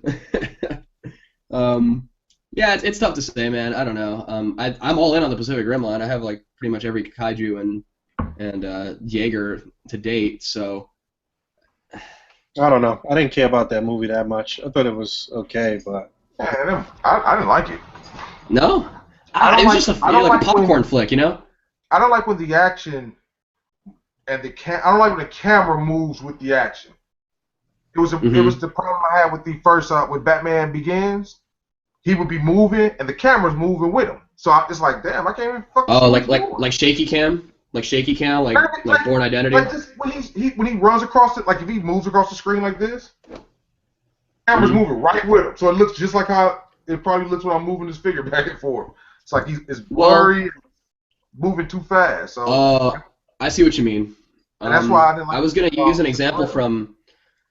In that, I thought you were referring to just like a straight cut of like the action happening, because Pacific Rim has a lot of like, you know, quick edits and cuts. But I'm thinking like Star Wars, the one that just came out. There's that scene when Rey and Finn are running away from the TIE fighters in Jakku, when they're like firing on them, and then like all the explosions happening behind them. That's all one take, and the explosions aren't even the focus of the movie. It's their dialogue as they're running, and like BB-8's the only one like looking back. If you look closely, he's the only one like doing that. But that's a very like classic J.J. Abrams thing, where he'll like just let the action go on one frame, and I like that a lot. He did the same thing in, I forget which Mission Impossible, whichever one he did. I think it was 3. But there's that long ass scene when Tom Cruise is like, you know, running across the market or whatever, and it follows him like perfectly. He always stays on like the right side of the frame with like plenty of room in front of him, and the camera's like moving along perfectly with that. And Pacific Rim didn't have any of that, so I got a little confused when you mentioned that. Moving on.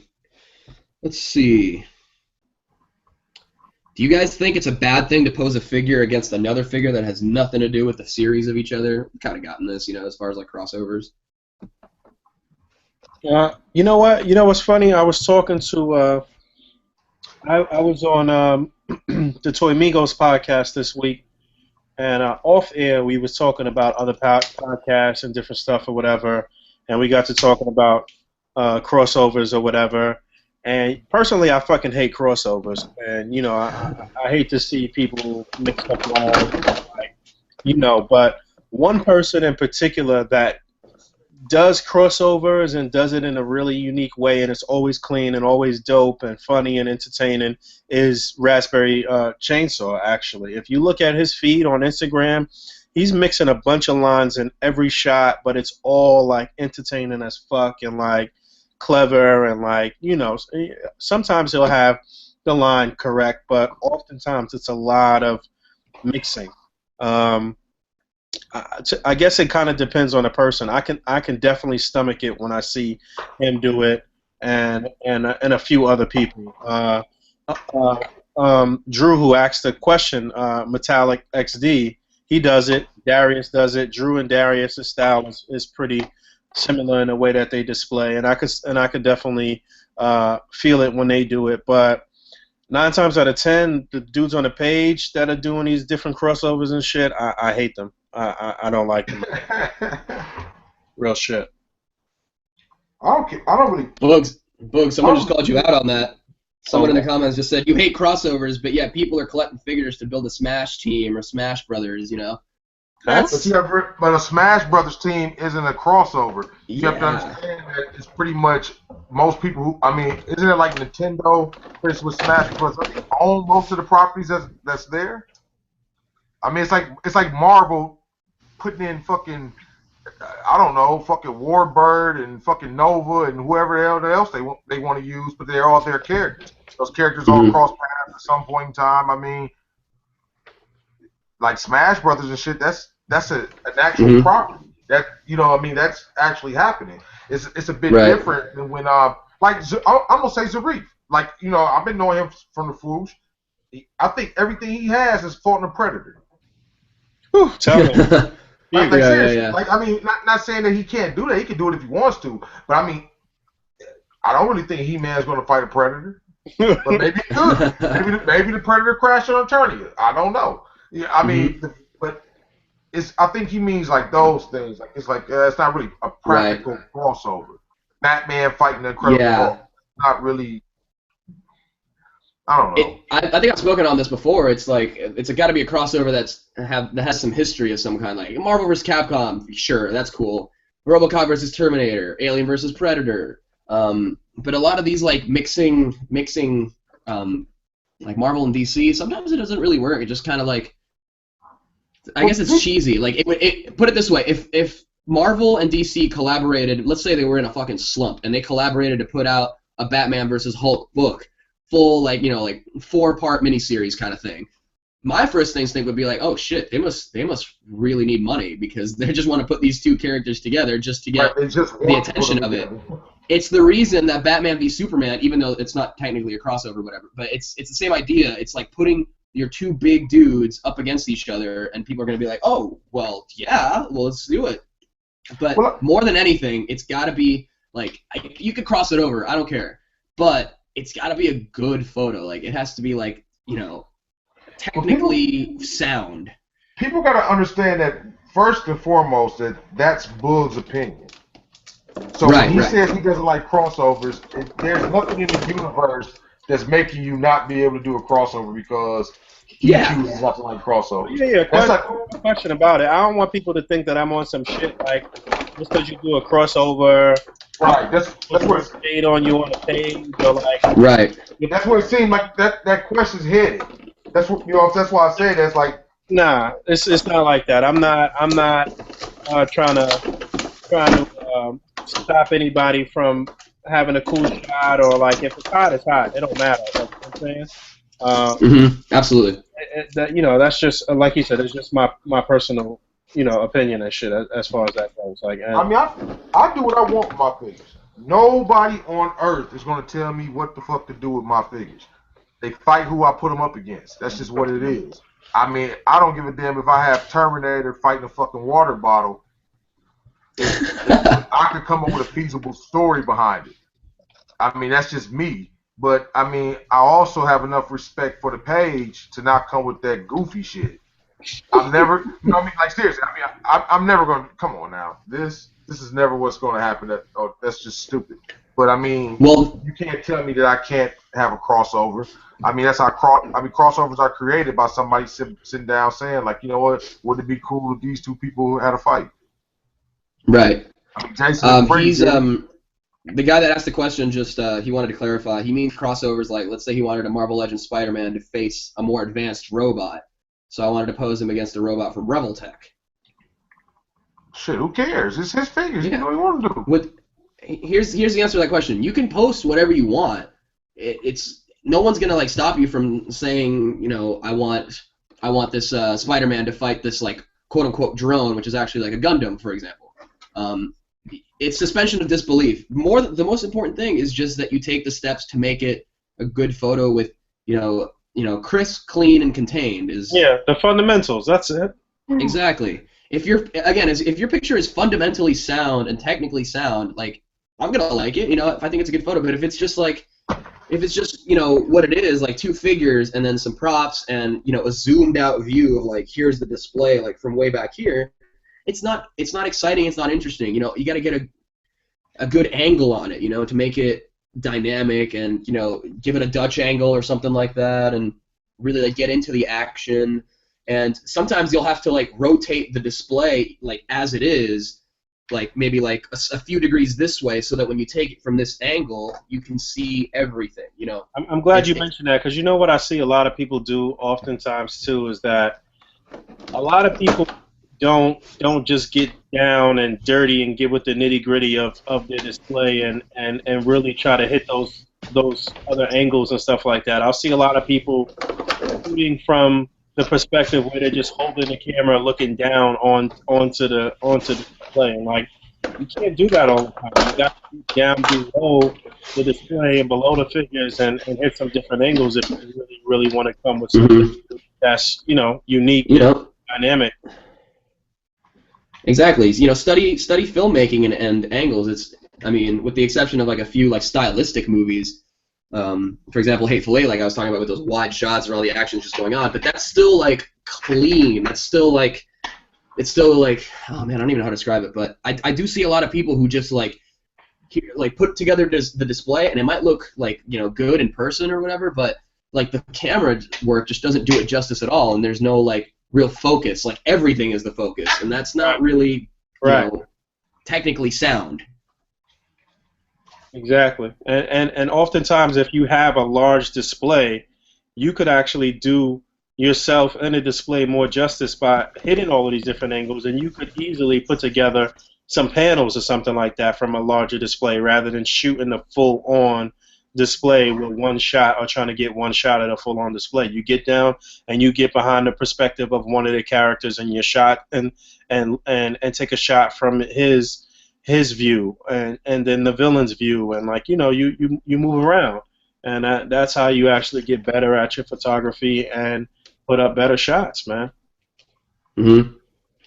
Just because a lot of people might like it, I feel like, especially on Instagram, for a lot of people it's more important to them what you're photographing as opposed to how well it's photographed. If that makes sense. Like, just because you have this obscure character, maybe it's a custom figure that you made of some obscure character that hasn't been made before.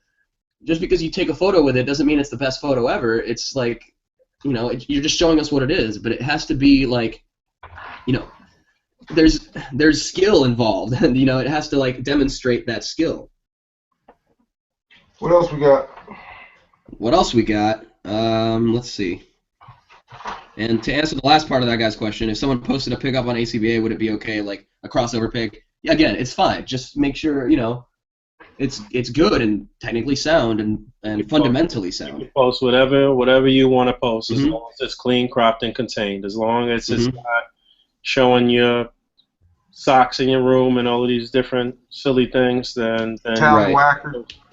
Just be Yeah, all right, well, moving on. Let's say, you think Hasbro's trying to kill the three-quarter inch figure line by raising the price to $20? Well, They're you shooting know themselves in what? the foot. I saw that, and I thought that was I thought there was some mistake. Is that that's what's really happening?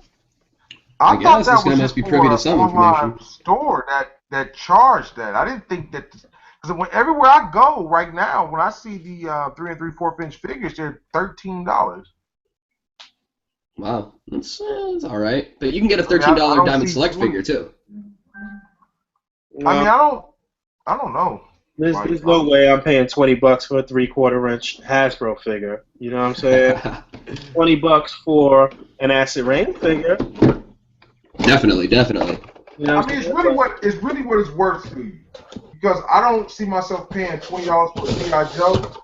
But then again, if they took GI Joe away from me, who knows? I love GI Joe. 3D stores right here, all GI Joe. So I mean, I don't think it's going to kill anything. I think what's going to happen is that no disrespect to you who asked the question, but what's going to happen is it's going to be a bunch of bitching and moaning, a bunch of trying to boycott the line, and eventually you're going to cave in. You're going to buy something. Yeah, acceptance.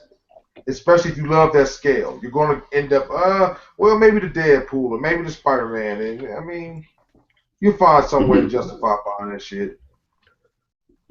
Well, here's a question for Emiya. Do you think they're going to make a Yu Yu Hakusho line? Maybe from Figure Arts or anything else? I mean, the next anniversary date is actually not long from now. It's possible. There could be another line at some point. I don't think actually for action figures there's ever really been a line besides the one that was done by Irwin back in the day. There's never been a Japanese action figure line for Yu Yu Hakusho. I mean, that being said, Yu Yu Hakusho was very popular for its time, and I mean, like I said, their anniversary date, I'm not sure exactly what it would be. I think we're probably coming up on something. Togashi's other work, Hunter x Hunter, is extremely popular, and Yeah, I've heard of that. If the popularity of that, and the fact, Togashi's also really lazy, so I'm sure if he wanted to somehow, if they wanted to celebrate a revival for Yu Yu Hakusho, maybe do I'm not sure if there's a Blu-ray box in Japan yet. A Blu-ray box could sometimes kind of trigger a mini anniversary of any nostalgic property. So it's always possible. I don't know who would do it. I mean, actually, it would be nice if they did the Hunter x Hunter anime just ended this past year or was a year before. We recovered basically the last storyline that ended in the manga. The manga's now currently in another storyline, but Togashi's on hiatus because, like I said, he's lazy. If they wanted, to be honest, I think Yu Yu Hakusho could actually even benefit from having a remake, similar to how Hunter x Hunter has had a remake of its anime, and that could potentially bring out merchandise and stuff like that. So you never know. Actually, one more thing. I'm not sure what company. More than likely, if there's a new anime, I would think probably the company Max Factor would do it in the Figma line. But SHF is also possible as well. So, yeah. Well, someone just asked me if I felt an earthquake. I guess there was an earthquake in California just now, but I didn't feel it. Moving on, though. I mean, maybe we'll get an aftershock in a little bit. But yeah, that's why I laugh at like El Sinestro though, because he's proud about displaying all his 1/6 stuff with no stands on his detolfs. And I'm like, dude, we live in California. You live in the San Francisco area. Like, we're like right around the corner from the big one, and all that shit's gonna come crashing down. What else we got? If we get a Marvel Legends 3-pack this year, what would be some good things to include in that? I mean, we all know how well those do at retail. It would be really nice if they went ahead and issued a reissue of either the old Shield Agent or maybe the updated Shield Agent, updated Hand Ninja, and maybe something else. I don't know. If if not something like Hellfire Club or something like that. Another Army Builder. Army Builder 3-pack would always be nice because you would Yeah, never waste yeah. your money. Right, You know what? right. We've been talking about this for years already, about them trying Right. to do some type of Army Builder wave or Army Builder pack or something like that. And you would think that with the success of those first Army Builder packs they put out with the Shield Ninja and, I mean, with the Shield Agent and Hand Ninja and the Skrull and Kree, like, you know, that they would do that again. You know what I'm saying? Like, but yeah, a 3-pack of Army Builders would be amazing. That would be a very good look for them. And you know what's funny is those 3-packs would probably sell at those original retail prices that they put out. Nobody's going to even wait for those shits to go on clearance. Right. They would sell. Right. You know what I'm saying? Right, absolutely. It would be a smart move. I mean, you know, but I don't know what companies be on. I think they're really more like try to make you buy a figure you don't want. Like with the Hulk and the Ultron and the Vision. I mean, Yeah. initially you bought a 3-pack, great. Now all you need now is the fucking Ultron, and you have to buy the other 2 figures to get them. You know what's funny about that Ultron is, like, I see people army building it and shit, but like that, if I'm not mistaken, that version of Ultron wasn't. He didn't replicate himself like that. It was a 1-on-1, wasn't it? Shit, I don't know. I don't feel I like actually don't give a damn. I don't feel like I that just call version had like drones and shit. I feel like it was just that was his final form or whatever. I don't feel like that was like, you know, any of these other Ultron storylines. I gotta look it up again, but I feel like that's the case. You might be 100% Was it correct. Great Ultron? Say it again. Was it Great Ultron? This one. Right, that's what it was, right? Isn't that what it was supposed to represent? The one with It looks kind of like Great Ultron, yeah. the orb. Isn't that supposed to be the Age of Ultron, like from the storyline? No, it's supposed to be the one from the Cosmic storyline, from like Annihilation and stuff. Mm-hmm. Yeah, he's supposed to have a cape and everything too. Real quick, just to interrupt, the guy that asked about the Ninja Turtles Mega Blocks just tweeted us a picture, and Oh, okay. this is them. So they like Mini-Mate scale, right? They look a little bit smaller. Hold on, don't take it off. Are those the ones that I seen? Yeah, You're seeing your those own are the face. ones I seen. Yeah, they look pretty nice. It looks like they have like the classic designs. Right now, I have like funny faces or whatever. Right. Yeah, they look cool. I mean, are they really metal shells though? Like die-cast metal? I don't know. I mean, if they are, that would definitely say why the price point is a little higher, right? Right. If I'm not mistaken, Mhm. the pack of the actual turtles just in the blind bag was only like $3 or $4. If I'm not Yeah, I mistaken, just saw the Turtles mini-mates with the Beltrans at Toys R Us. The ones in their weird like fantasy costumes. I don't know what. I don't keep Yeah. up with Turtles in the cartoon or whatever, but they look pretty cool. They even have like keychains attached to them, so you could like wear it as your keychain. Yeah, they're doing that with a lot of mini mates. Oh yeah. Not Yeah, all, that's the but only ones a I've lot, seen a like lot of that. mini Yeah. mates have keychain pieces with them that I've seen. Or maybe it's just all been turtles in different versions. I don't know. Yeah, it's a nice little thing, but honestly, that shit ain't. That ain't staying. Your keys ain't staying on that thing, man. It's not. Oh, man. Here's an interesting one. Like, what body mold should they use for a new Thor figure, or should they use a completely new body? Because that last Thor was like this tall, and everything else is like this tall. We talked about that last week about how they definitely need to come with a correct Thor, but Mm-hmm. I don't know that. I'm not sure that there is a body mold right now for Thor. They might need something new, honestly. The Reaper body could work. It might be a little small. It's a Maybe little the small. Hyperion body would Small. be better. But Maybe the Hyperion body would something work with then. that level of articulation, though. Like, you know what I'm saying? Like, if it could be just another size up from the Reaper, which honestly is still supposed to be the Hyperion mode, but I don't know that we would want that for Thor, do we? I don't know.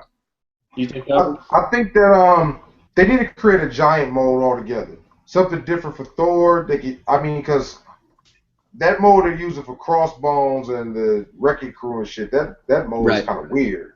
They're very Yeah. top big and their legs are scrawny as hell. It just looks really cartoony and weird.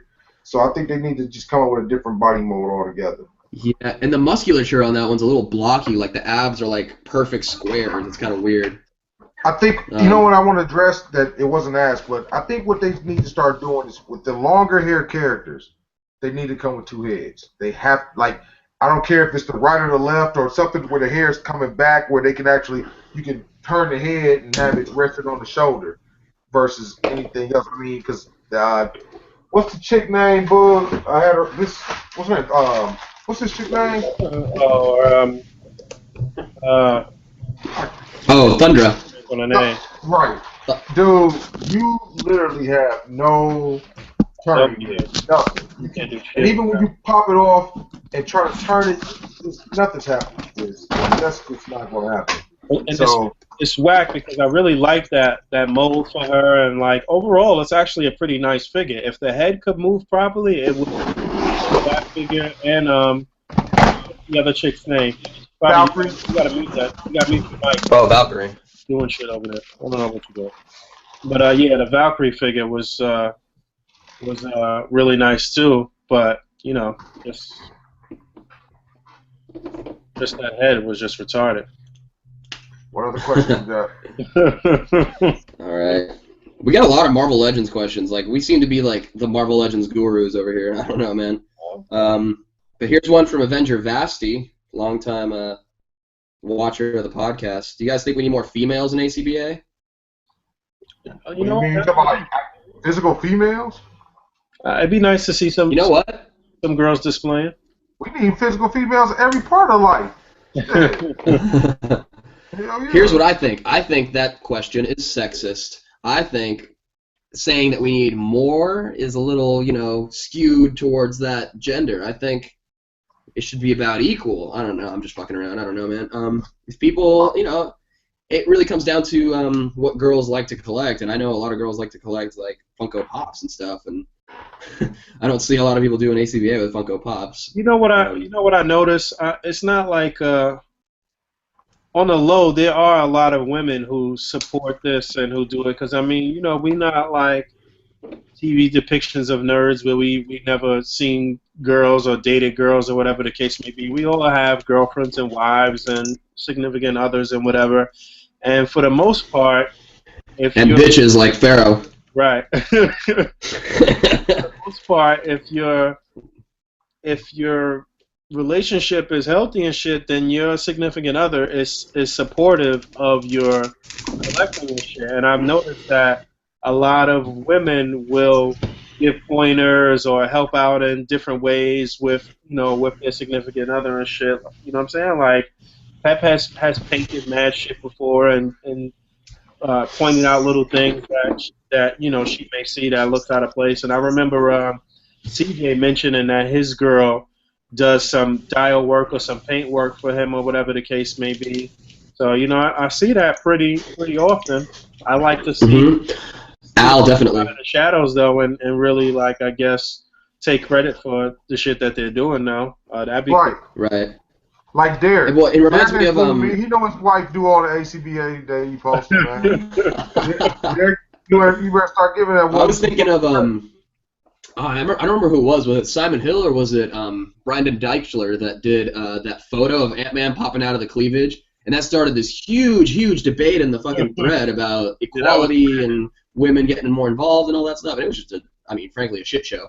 But it did kind of spark that conversation though, and I don't know. Maybe it is a good point. What else we got? Ooh, Jinx. Let's see. Here's a simple one. What's your guys' favorite superhero? Well, my favorite superhero always Spider-Man, man. That's pretty much why I gravitate towards all the Spider-Man lines and figures and villains and stuff with Spider-Man, like Pharaoh was talking about last week. Like I feel like the legends centered around Spider-Man are some of the best. So always Spider-Man has been one of my favorite characters. Batman, first and foremost. There's nobody greater than Batman in my house. Hey, no bullshit. Listen, There's got to be more Batman figures in this damn house than anything alone. There are more. I mean, you know how people have the Bible sitting there? I have a Batman book. Stupid. I'm serious, man. Hey, my living room right now, Batman. I'm not bullshitting. She know don't nobody speak ill about Batman in my house, not whatsoever. Batman, the legend in my house. But you know, seriously, Batman, gotta be Snake Eyes, and y'all might kill me for this, but Neo from the Matrix. Those guys are That's fucking out of left, right? Wait. Hey, You mean I'm serious, Jesus? man. Neo, I like fucking Neo, dog. Neo. but he's not a superhero. Anybody who fights on the side of saving anybody is a superhero. No He did a doubt. lot of super shit. Like I don't seen know, him man. fly. I seen him fight hundreds of He agents. even flies like Superman. I seen him do a lot of shit that I would consider to be super. If I see this motherfucker do this shit, I'm like, dude, that's a super motherfucker right there. So I mean, by going with your logic, basically any protagonist that's fighting against evil is a superhero. if he's super. Well, Neo's I'm only just saying, super when he's in the Matrix. Other than that, he's just a regular dude with a weird shit on his neck. If I'm stuck inside of a machine that's jacked me into a fucking computer program, making me think I'm living, and then this super motherfucker come and get me out and make the world back the way it's supposed to be, he's a hero in my opinion. And he was super. He was so super to, even in the real world, he started having powers. You see how he was shutting down machines and shit with his hand? Yeah, superhero. Okay. That's hard to argue. Now, I know you don't want to argue about Snake Eyes. Snake Eyes is a fucking legend. Snake Eyes is as much as I like Snake Eyes, it's basically like he's like a white man insertion character. It doesn't matter. He is part of the military. The military. White man insertion. I mean, dude, I love Snake Eyes. I play all the Snake They're Eyes. heroes. But The he's military a fight for the white people man who can't fight for insertion themselves. character. How the fuck is this white guy gonna come into a ninja clan with a bunch of fucking Japanese people and be like the savior of that clan and the chosen one? You're just mad because it happened. You're just mad because it As an happened for Asian real. person, I'm insulted. But That's let's say because most of the Japanese guys, I mean, that I've seen on movies, as far as ninjas and shit, they be fat. They no fat ninjas. Wait, Like, what ninja movie are you talking about? I'm just saying, just movies, just martial arts movies. They're like Japan, such and such. They show the master. He old as fuck. I mean, how the fuck is this 99-year-old man still the master of the fucking clan? He's still beating the students down. He's 99 years old. He running up trees. Is this an American-made ninja movie you're talking about? You say what? Is this an American-made ninja Hell movie you're no. talking about? This be, you already know. Kung Fu Theater, all that shit. Kung Fu movies are not ninja movies, Pharaoh. Now, Kung you know as Fu well, movies you know as well as made I by do that. Chinese The people, white not man makes Japanese a better people. ninja than Japanese people. You know this. What movie are you talking about? What movie are you talking about? Name the movie. Name the movie. I'm just fucking with you. Oh, okay. He over there tight like a motherfucker. Who's your favorite superhero, Emiya? If we're going by Pharaoh's logic, there's too many characters, and we're just going by costumed. I don't know. It's hard to say. Come But on. if we're going by Pharaoh's logic, I'm a big fan. I'm a big fan of Shimon from Gurren Lagann. I'm a big fan of Guts from Berserk. I'm a big fan of Seiya from Saint Seiya. I'm a big fan of what else am I? Oh, I'm a big fan of Kenshiro from Hokuto no Ken, Fist of the North Star. From what? North Star. Kenshiro was a fuck. Yeah, I forgot about him. He was really good. Yeah, I mean, if we're going by that logic, there's a lot of characters. If we're just going by the costumed characters, you say like American characters? Hard to say. I like Silver Surfer. I like Spider-Man. Batman. Green Lantern. What? Silver Surfer doesn't wear a Honestly, as costume. far as American superhero character, okay, scratch Silver Surfer then. Spider-Man, Batman, Green Lantern. I don't know. So Kamen Riders are superheroes? Oh, Kamen Rider. I was about to get to that. Actually, I'm a big fan of some. Not every Kamen Rider though. I mean, Look. well, Kamen Rider would be considered the Asian superheroes. Then Ultraman, you know, That's true. characters, huh? Nothing's actually super about them. They fit in like Iron Man. Nothing's super about Iron Man. Iron Man puts on a fucking armor. Kamen Riders have powers. What I'm saying is like somebody could say Iron Man, and I'm just saying that Iron Man has no superpowers. Iron Man puts on a suit of armor, and that's where all of his strength lies. Well, when I mean superhero, I mean like the genre superhero. Technically, stuff like Hulk the No Ken, it's not really considered a superhero comic per se. I mean, it is, and it just depends on, I guess, you know, what your criteria is. But I mean, when you're talking about superhero, the genre, you know what I'm saying? You know, that's what I mean. What you got? Which generally pertains to, you know, stuff like, for Asian people would be stuff like Kamen Rider, Zetman, you know, that type of stuff. It's like more like a Dark Guyver. I guess we kind of consider sort of like a kind of like an exploitation version of a superhero. I guess, you know, you could consider stuff like Dragon Ball, One Piece, Naruto kind of like superhero comics, although they're not really, in my opinion. They are and they aren't. I guess it depends on, again, where you draw the line or what you consider. You know, like by going by your logic, everything can technically be superhero comic. Depending. Technically, I mean, any of that shit is if you got a superpower and you out here and you're fighting for good and righteousness and all that other good shit. I mean, you would be a superhero. I mean, what else would it take you to do? I guess they're only missing a costume. About, I guess, heroic stories. I guess, you know, those. I guess, you know, that in that sense, then, you know, technically, you know, in that case, the list could be long. Even technically, even Billy Harrington's a superhero. Billy Harrington's not a superhero. He is. He's a super something, but he ain't a superhero. He's a superhero. He saved the Earth from, you know, the moon is colliding with the Earth. Okay, Fabio, what's your favorite? Come on now, Billy Harrington. All right, I'm gonna go simple because you guys are dragging it on, so I'm gonna go simple. I like Spider-Man too. He was my favorite hero growing up. Look at me, I'm fucking Peter Parker. Look at this hair and these glasses. You could handle the damn ponytail. Well, you I'm talking now. Yeah, but I mean that was just my favorite growing up. I think he's honestly like the most relatable superhero. He's just fucking like this teenager who's just trying to make his way and find out what the fuck he wants to do, and he's got superpowers. So how do you balance all that? And I don't think the movie's ever really captured exactly like that characterization of him. Like, you know, I guess they tried with him like delivering pizzas and all that stuff, but yeah, hopefully they'll get it right with Tom Holland right now. Yeah. I'm definitely excited to see like how they not change him, but how, you know, different he'll be from what we've seen before, because I don't want to see more of the same, let's be honest. What else? What else? Yeah, we'll take one more question. We're kind of dragging on here. We're almost, what are we, like 2.5 hours in? Even longer than that. Yeah, man. Let's see. For imports, what do you guys think of resin kits? Most are static figures, but some are articulated once built.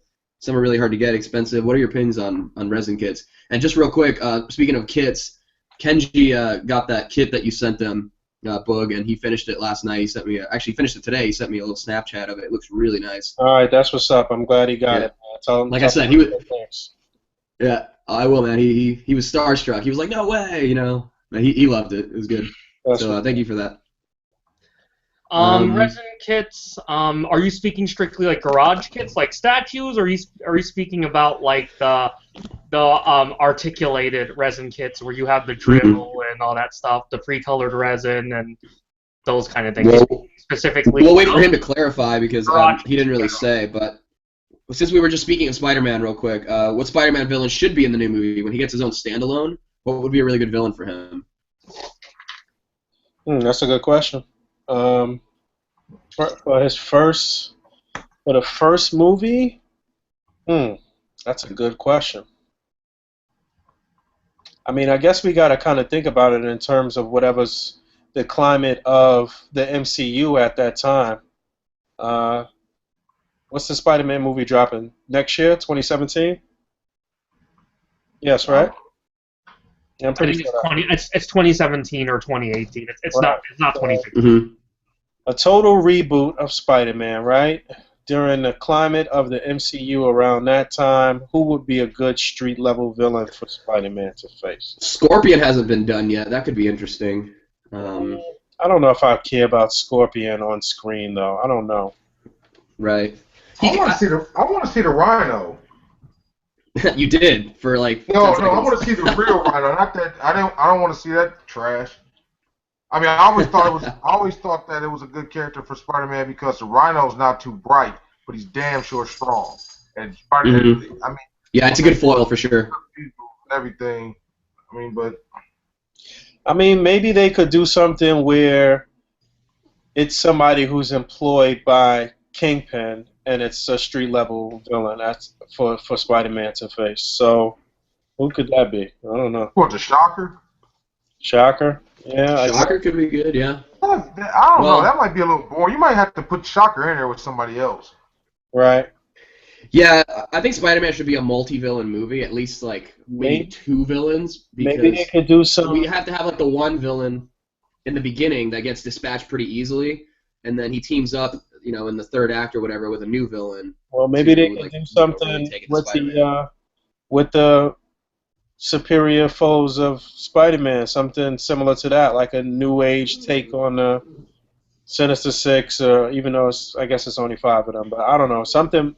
I want to see something modern though. I don't want to see Green Goblin or what I'm saying. Like I want to see something modern from the comic books, maybe, or something different though.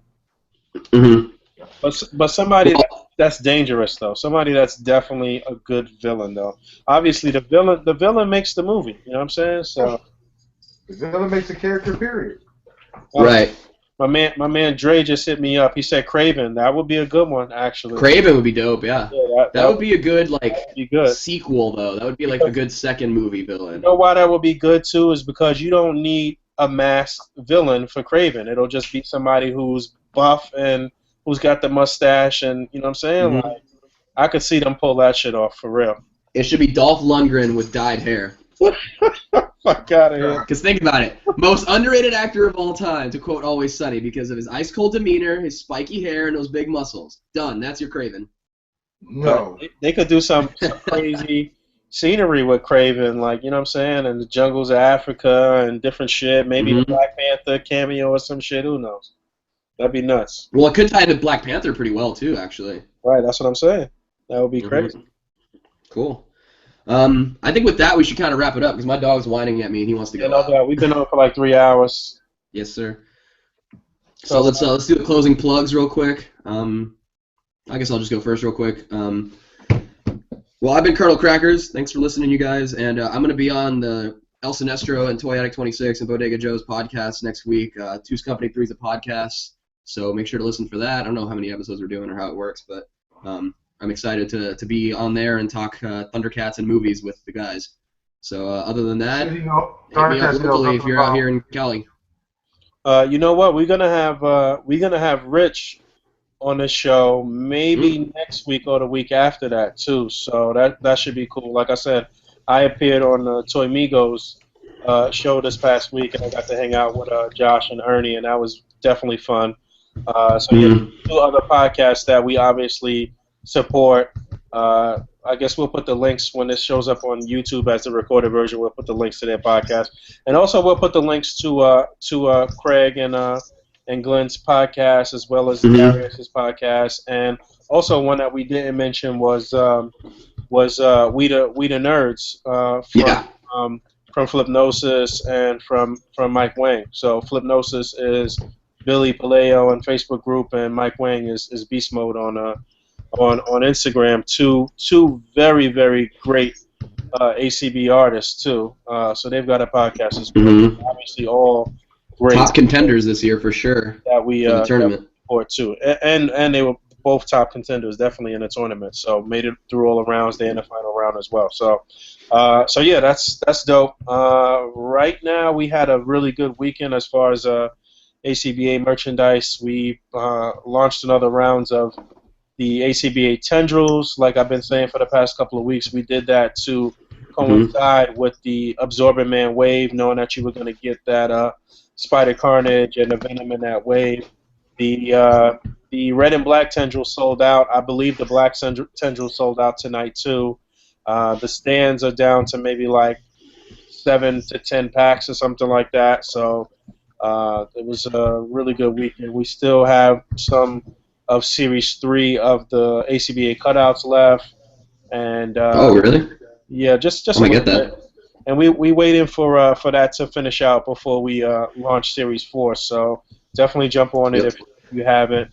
And also we've got the A.C.B.A. calendar, which is going to actually show up in some select comic shops and maybe some online retailers within the next week or so. But if you get it right now directly from our website, it will be cheaper and it'll only cost you $12. So I would jump on that again.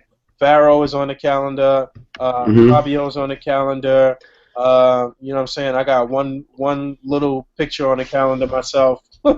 Not even like a main feature. And, you know, That's what's great about this calendar, though. great This thing isn't about just. working on a calendar is everybody who's featured on a calendar is getting a free calendar. Yeah, that too. Yes, sir. Shut the fuck up. I just wanted to say it.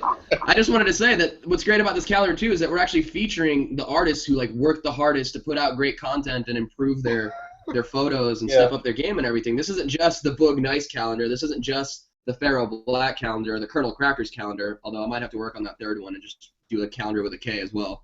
But that's what's awesome. We're featuring the people of the community, which is what really this is all about, is making sure that everybody's participating and working towards a common goal. We're not just supporting the one guy at the top. Boog, you get no support. Let's be honest. Basically, and I'm cool with that. But but yeah, the calendar looks amazing, man. I want to see people support it, and it's definitely a cool way to see certain things throughout the year. I mean, it's a collector's item. I feel like it's a collector's item. You would definitely want to keep your shit mint. I mean, obviously you'll keep it up through the year, tack it up or whatever. But I think that it's a collector's item too. And the people that were featured are some of the best in the world. Just a few. We weren't able to get every single great artist on the calendar, but we got about 17 or 20 different people featured on the calendar throughout the different months, and again, all with very different styles of photography. All very different styles, all different figure lines, all different properties. Like we tried to cover every single style. It's everything that's out there right now. That's making some noise. That's hot. Every line, like what I'm saying. So, it wasn't just. It's just not a calendar full of Marvel Legends and shit like that. I think Legends might. I don't want to say it's the least. Well, Legends might actually might still have some of the most pictures, but not as far as the main pictures go. Like what I'm saying, it's a great variety of figures. So yeah, the calendar is up. The beanies are up in different colors. Scullies, if you're from the East Coast, I guess West Coast people say beanies. And yeah, we have the most amount of merchandise on the site right now than we've ever had at one time. So definitely get you some, rep the brand, and it is what it is, man. Get you a calendar, and I just want to thank everybody that was involved with the calendar. No question for coming through, and no question they're gonna get some free calendars, of course, like Pharaoh. Pharaoh mentioned. Yeah, it is what it is. So you gotta lock them in public. So you gotta lock people in public. So yeah, with that, let's Emiya, you got anything you want to plug? The butt plugs, the dildos you got out. What you got going? Inherited body rub. Like I said, this year I'm gonna be starting another live show. Mainly focusing on the Japanese stuff. So if you guys are interested in the Japanese stuff, yeah, you guys can listen to it. Who's gonna be on there with you? I'm gonna actually have some other Japanese guests on there. Probably not for the first few episodes. I want to do a test run and see how it plays out. But right now, me, Rick, maybe I have a couple of guys, artists, who I know, and a couple other guys who also collect stuff, and I want to have them on as well. So I mean, you guys can be on it too if you want. But again, it's mostly focused strictly on mostly the Japanese stuff, like anime and Japanese figures and things like that. So out of my depth. So it'll premiere soon. I'm just getting all the stuff together right now. So I'll still be on this show too. I'm going to be on both shows. I'm not going to have it on the same day. It'll be on a different day. All right, yeah. Don't be trying to be competition and shit. What happened? Well, we need your perspective here too, because you're a very valuable part of that market. No. What did you say? You know what's great about the podcast though is like I don't feel like we competing with what I'm saying, with any other shows. It's just those people's voices and their thoughts and shit like that. That's the beauty of podcasts and shit. Like what I'm saying. There's really no such thing as like the best podcast. It's really just attuned to people's taste and what people like and shit like that. So definitely listen to all of those podcasts that we mentioned. It'll give you a very broad scope of ideas and personalities and people all over the world. Like we got Calendar, we got the UK, we got the States and shit like that, Japan, all of that stuff. So pretty cool. So yeah, with that said, we out of here till next week, and keep doing your thing. Peace. Thanks, guys. Thank you.